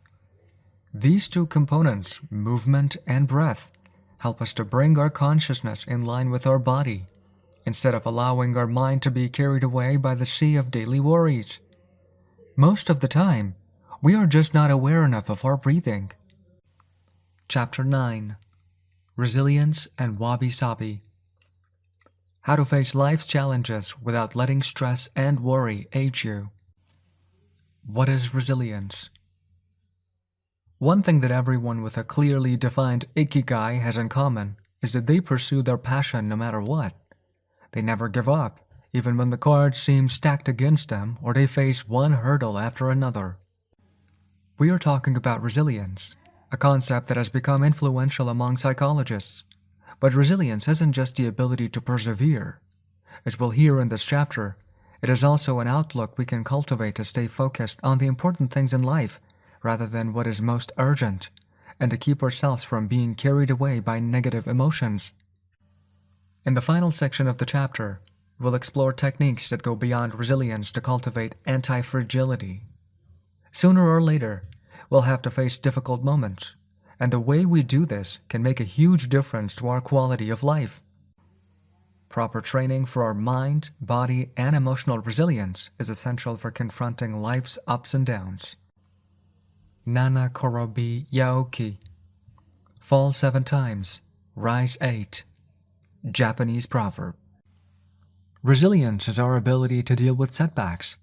The more resilient we are, the easier it will be to pick ourselves up and get back to what gives meaning to our lives. Resilient people know how to stay focused on their objectives, on what matters without giving in to discouragement. Their flexibility is the source of their strength. They know how to adapt to change and to reversals of fortune. They concentrate on the things they can control and don't worry about those they can't. In the words of the famous Serenity Prayer by Reinhold Niebuhr, God, give us grace to accept with serenity the things that cannot be changed, courage to change the things which should be changed, and the wisdom to distinguish the one from the other. Emotional resilience through Buddhism and Stoicism. Siddhartha Gautama, Buddha, was born a prince of Kapilavastu, Nepal, and grew up in a palace, surrounded by riches. At 16, he married and had a child. Not satisfied by his family's wealth, at 29 he decided to try a different lifestyle and ran away from the palace to live as an ascetic. But it wasn't asceticism that he was looking for. It didn't offer the happiness and well-being he sought. Neither wealth nor extreme asceticism worked for him. He realized that a wise person should not ignore life's pleasures. A wise person can live with these pleasures, but should always remain conscious of how easy it is to be enslaved by them. Zeno of Citium began his studies with the Cynics. The Cynics also led ascetic lives, leaving behind all earthly pleasures. They lived in the street, and the only thing they owned was the clothing on their backs. Seeing that cynicism did not give him a sense of well-being, Zeno abandoned its teachings to found a school of Stoicism, which centers on the idea that there is nothing wrong with enjoying life's pleasures, as long as they do not take control of your life as you enjoy them. You have to be prepared for those pleasures to disappear. The goal is not to eliminate all feelings and pleasures from our lives, as in cynicism, but to eliminate negative emotions. Since their inception, one of the objectives of both Buddhism and Stoicism has been to control pleasure, emotions, and desires. Though the philosophies are very different, both aim to curb our ego and control our negative emotions. Both Stoicism and Buddhism are at their roots methods for practicing well-being. According to Stoicism, our pleasures and desires are not the problem. We can enjoy them as long as they don't take control of us. The Stoics viewed those who were able to control their emotions as virtuous. What's the worst thing that could happen? We finally land our dream job, but after a little while we are already hunting for a better one. We win the lottery and buy a nice car, but then decide we can't live without a sailboat. We finally win the heart of the man or woman we've been pining for, and suddenly find we have a wandering eye. People can be insatiable. The Stoics believe that these kinds of desires and ambitions are not worth pursuing. The objective of the virtuous person is to reach a state of tranquility, apatheia, the absence of negative feelings such as anxiety, fear, shame, vanity, and anger, and the presence of positive feelings such as happiness, love, serenity, and gratitude. In order to keep their minds virtuous, the Stoics practice something like negative visualization. They imagined the worst thing that could happen in order to be prepared if certain privileges and pleasures were taken from them.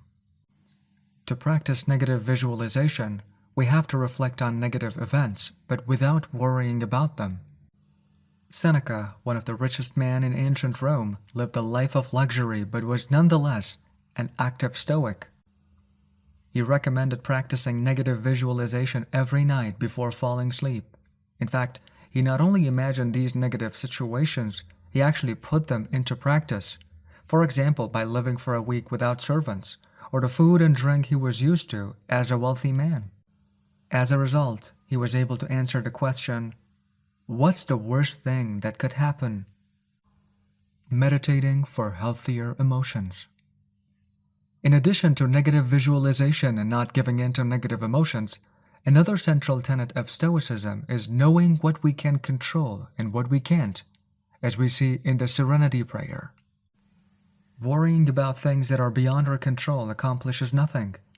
We should have a clear sense of what we can change and what we can't, which in turn will allow us to resist giving in to negative emotions.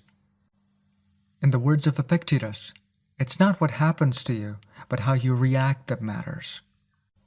In Zen Buddhism, meditation is a way to become aware of our desires and emotions, and thereby free ourselves from them. It is not simply a question of keeping the mind free of thoughts, but instead involves observing our thoughts and emotions as they appear, without getting carried away by them.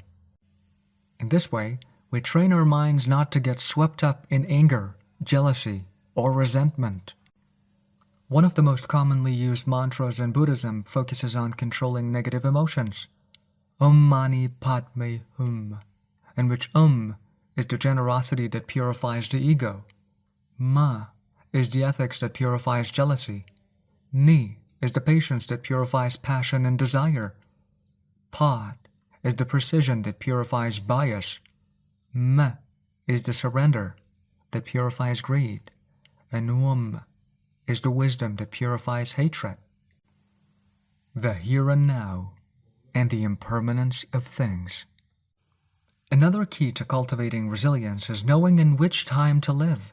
Both Buddhism and Stoicism remind us that the present is all that exists, and it is the only thing we can control. Instead of worrying about the past or the future, we should appreciate things just as they are in the moment, in the now. The only moment in which you can be truly alive is the present moment, observes the Buddhist monk Thich Nhat Hanh. In addition to living in the here and now, the Stoics recommend reflecting on the impermanence of the things around us. The Roman Emperor Marcus Aurelius said that the things we love are like the leaves of a tree. They can fall at any moment with a gust of a wind. He also said that changes in the world around us are not accidental, but rather form part of the essence of the universe. A rather Buddhist notion, in fact. We should never forget that everything we have and all the people we love will disappear at some point. This is something we should keep in mind, but without giving in to pessimism. Being aware of the impermanence of things does not have to make us sad. It should help us love the present moment and those who surround us. All things human are short-lived and perishable, Seneca tells us. The temporary, ephemeral, and impermanent nature of the world is central to every Buddhist discipline. Keeping this always in mind helps us avoid excessive pain in times of loss. Wabi-Sabi and Ikigai. Wabi-Sabi is a Japanese concept that shows us the beauty of the fleeting, changeable, and imperfect nature of the world around us. Instead of searching for beauty in perfection, we should look for it in things that are flawed, incomplete. This is why the Japanese place such value, for example, on an irregular or cracked teacup. Only things that are imperfect, incomplete, and ephemeral can truly be beautiful, because only those things resemble the natural world. A complementary Japanese concept is that of Ichigo, which could be translated as, "This moment exists only now and won't come again." It is heard most often in social gatherings as a reminder that each encounter, whether with friends, family, or strangers, is unique and will never be repeated, meaning that we should enjoy the moment and not lose ourselves in worries about the past or the future. A complementary Japanese concept is that of Ichigo, which could be translated as, "This moment exists only now and won't come again."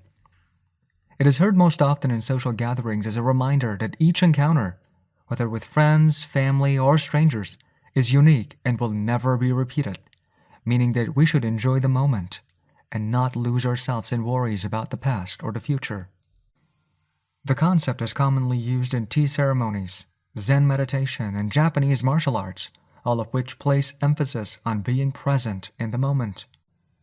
In the West, we've grown accustomed to the permanence of the stone buildings and cathedrals of Europe, which sometimes gives us the sense that nothing changes, making us forget about the passage of time. Greco-Roman architecture adores symmetry, sharp lines, imposing facades, and buildings and statues of the gods that outlast the centuries. Japanese architecture, on the other hand, doesn't try to be imposing or perfect because it is built in the spirit of Wabi-Sabi. The tradition of making structures out of wood presupposes their impermanence and the need for future generations to rebuild them. Japanese culture accepts the fleeting nature of the human being and everything we create. The Grand Shrine of Ise, for example, has been rebuilt every 20 years for centuries. The most important thing is not to keep the building standing for generations, but to preserve customs and traditions, things that can withstand the passage of time, better than structures made by human hands. The key is to accept that there are certain things over which we have no control, like the passage of time and the ephemeral nature of the world around us. Ichigo teaches us to focus on the present and enjoy each moment that life brings us. This is why it is so important to find and pursue our Ikigai. Wabi-Sabi teaches us to appreciate the beauty of imperfection as an opportunity for growth. Beyond resilience, anti-fragility. As the legend goes, the first time Hercules faced a hydra, he despaired when he discovered that cutting off one of its heads meant that two would grow back in its place. He would never be able to kill the beast if it got stronger with every wound.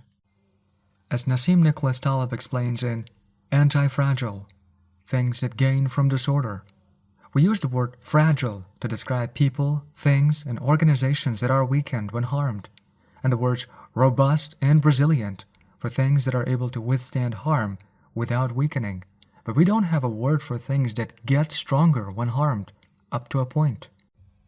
To refer to the kind of power possessed by the Hydra of Lerna, to talk about things that get stronger when they are harmed, Taleb proposes the term anti-fragile.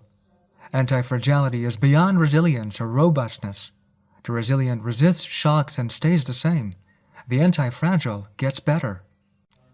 Catastrophes and exceptional circumstances offer good models for explaining anti-fragility. In 2011, a tsunami hit the Tohoku region of Japan, doing tremendous damage to dozens of cities and towns along the coast, most famously Fukushima. When we visited the affected coast 2 years after the catastrophe, having driven for hours along cracked highways and passed one empty gas station after another, we passed through several ghost towns whose streets had been taken over by the remnants of houses, piles of cars, and empty train stations. These towns were fragile spaces that had been forgotten by the government and could not recover on their own. Other places, such as Ishinomaki and Kesennuma, suffered extensive damage but were rebuilt within a few years, thanks to the efforts of many. Ishinomaki and Kesennuma showed how resilient they were in their ability to return to normal after the catastrophe. The earthquake that caused the tsunami also affected the Fukushima nuclear power plant. The Tokyo Electric Power Company engineers working at the plant were not prepared to recover from that kind of damage. The Fukushima nuclear facility is still in a state of emergency and will be for decades to come. It demonstrated its fragility in the face of an unprecedented catastrophe. The Japanese financial markets closed minutes after the earthquake. Which businesses did the best in the aftermath? Stock in big construction companies has been steadily on the rise since 2011. The need to rebuild the entire coast of Tohoku is a boon for construction. In this case, Japanese construction companies are anti-fragile, since they benefited enormously from the catastrophe. Now let's take a look at how we can apply this concept to our daily lives. How can we be more anti-fragile? Step 1. Create more options. Instead of having a single salary, try to find a way to make money from your hobbies, at other jobs, or by starting your own business. If you have only one salary, you might be left with nothing should your employer run into trouble, leaving you in a position of fragility. On the other hand, if you have several options and you lose your primary job, it might just happen that you end up dedicating more time to your secondary job, and maybe even make more money at it. You would have beaten the stroke of bad luck and would be, in that case, anti-fragile. 100% of the seniors we interviewed in Ogimi had a primary and a secondary occupation. Most of them kept a vegetable garden as a secondary job and sold their produce at the local market. The same idea goes for friendships and personal interests. It's just a matter, as the saying goes, of not putting all your eggs in one basket. In the sphere of romantic relationships, there are those who focus all their energy on their partner and make him or her their whole world. Those people lose everything if the relationship doesn't work out, whereas if they've cultivated strong friendships and a full life along the way, they'll be in a better position to move on at the end of a relationship. They'll be anti-fragile. Right now, you might be thinking, I don't need more than one salary, and I'm happy with the friends I've always had. Why should I add anything new? It might seem like a waste of time to add variation to our lives, because extraordinary things don't ordinarily happen. We slip into a comfort zone, but the unexpected always happens sooner or later. Step 2. Bet conservatively in certain areas and take many small risks in others. The world of finance turns out to be very useful in explaining this concept. If you have $10,000 saved up, you might put $9,000 of that into an index fund or fixed-term deposit and invest the remaining $1,000 in 10 startups with huge growth potential, say $100 in each. One possible scenario is that 3 of the companies fail. You lose $300. The value of 3 other companies goes down. You lose another $100 or $200. The value of 3 goes up. You make $100 or $200. And the value of one of the startups increases 20-fold. You make nearly $2,000 or maybe even more. You still make money even if 3 of the businesses go completely belly up. You've benefited from the damage, just like the Hydra. The key to becoming anti-fragile is taking on small risks that might lead to great reward, without exposing ourselves to dangers that might sink us, such as investing $10,000 in a fund of questionable reputation that we saw advertised in the newspaper. Step 3. Get rid of the things that make you fragile. We are taking the negative route for this exercise. Ask yourself, what makes me fragile? Certain people, things, and habits generate losses for us and make us vulnerable. Who and what are they? When we make our New Year's resolutions, we tend to emphasize adding new challenges to our lives. It's great to have this kind of objective, but setting good riddance goals can have an even bigger impact. For example, stop snacking between meals. Eat sweets only once a week. Gradually pay off all debt. Avoid spending time with toxic people. Avoid spending time doing things we don't enjoy simply because we feel obligated to do them. Spend no more than 20 minutes on Facebook per day. To build resilience into our lives, we shouldn't fear adversity, because each setback is an opportunity for growth. If we adopt an anti-fragile attitude, we'll find a way to get stronger with every blow, refining our lifestyle and staying focused on our Ikigai. Taking a hit or two can be viewed as either a misfortune or an experience that we can apply to all areas of our lives as we continually make corrections and set new and better goals. As Taleb writes in Anti-Fragile, we need randomness, mess, adventures, uncertainty, self-discovery, hear traumatic episodes, all these things that make life worth living. We encourage those interested in the concept of anti-fragility to read Nassim Nicholas Taleb's Anti-Fragile. Life is pure imperfection, as the philosophy of Wabi-Sabi teaches us, and the passage of time shows us that everything is fleeting. But if you have a clear sense of your Ikigai, each moment will hold so many possibilities that it will seem almost like an eternity. Epilogue. Ikigai, the art of living. Mitsuo Aida was one of the most important calligraphers and haikuists of the 20th century. He is yet another example of a Japanese person who dedicated his life to a very specific ikigai, communicating emotions with 17-syllable poems using a shoto calligraphy brush. Many of Aida's haikus philosophize about the importance of the present moment and the passage of time.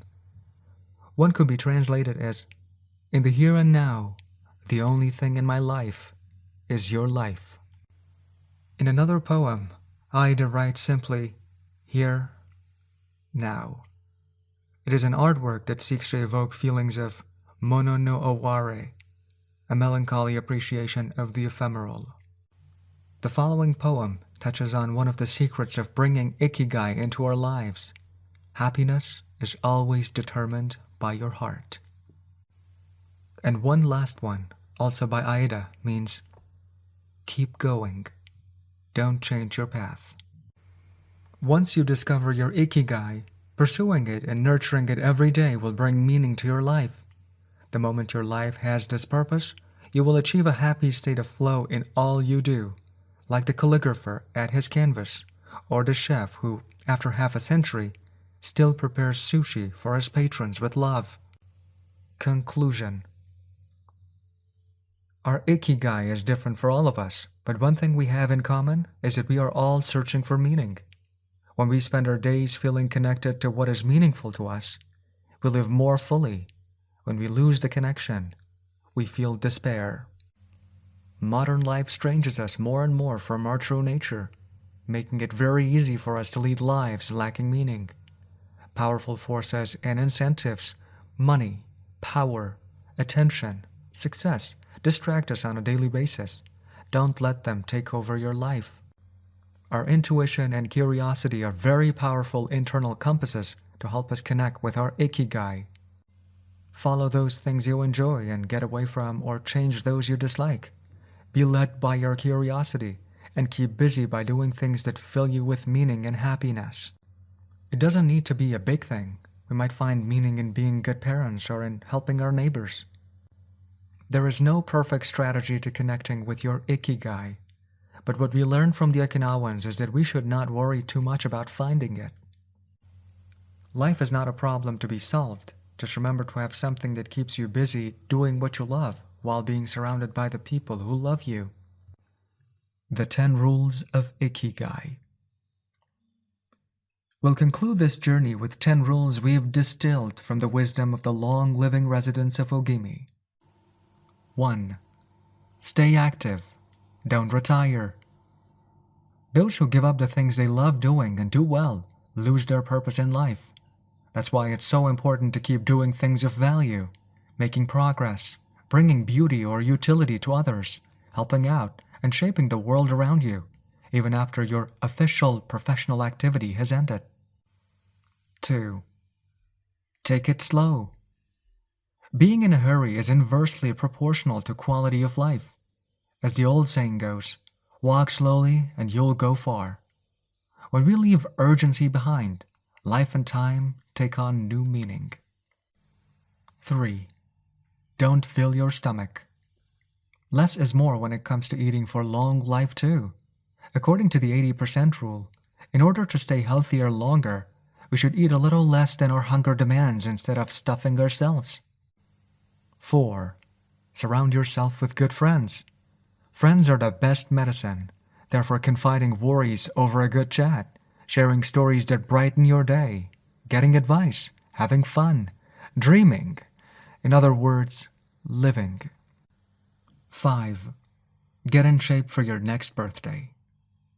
Water moves. It is at its best when it flows fresh and doesn't stagnate. The body you move through life in needs a bit of daily maintenance to keep it running for a long time. Plus, exercise releases hormones that make us feel happy. 6. Smile. A cheerful attitude is not only relaxing, it also helps make friends. It's good to recognize the things that aren't so great, but we should never forget what a privilege it is to be in the here and now, in a world so full of possibilities. 7. Reconnect with nature. Though most people live in cities these days, human beings are made to be part of the natural world. We should return to it often to recharge our batteries. 8. Give thanks to your ancestors, to nature, which provides you with the air you breathe and the food you eat, to your friends and family, to everything that brightens your days and makes you feel lucky to be alive. Spend a moment every day giving thanks, and you'll watch your stockpile of happiness grow. 9. Live in the moment. Stop regretting the past and fearing the future. Today is all you have. Make the most of it. Make it worth remembering. 10. Follow your Ikigai. There's a passion inside you, a unique talent that gives meaning to your days and drives you to share the best of yourself until the very end. If you don't know what your Ikigai is yet, as Viktor Frankl says, your mission is to discover it. The authors of this audiobook wish you a long, happy, and purposeful life. Thank you for joining us. Héctor García and Francesc Miralles. You've been listening to Ikigai, The Japanese Secret to a Long and Happy Life, by Héctor García and Francesc Miralles. Read by Abbas Salahshour. If you've enjoyed listening to this audiobook, please make sure you share it with the ones you love and that you care about. Thank you, after all, for your listening ear.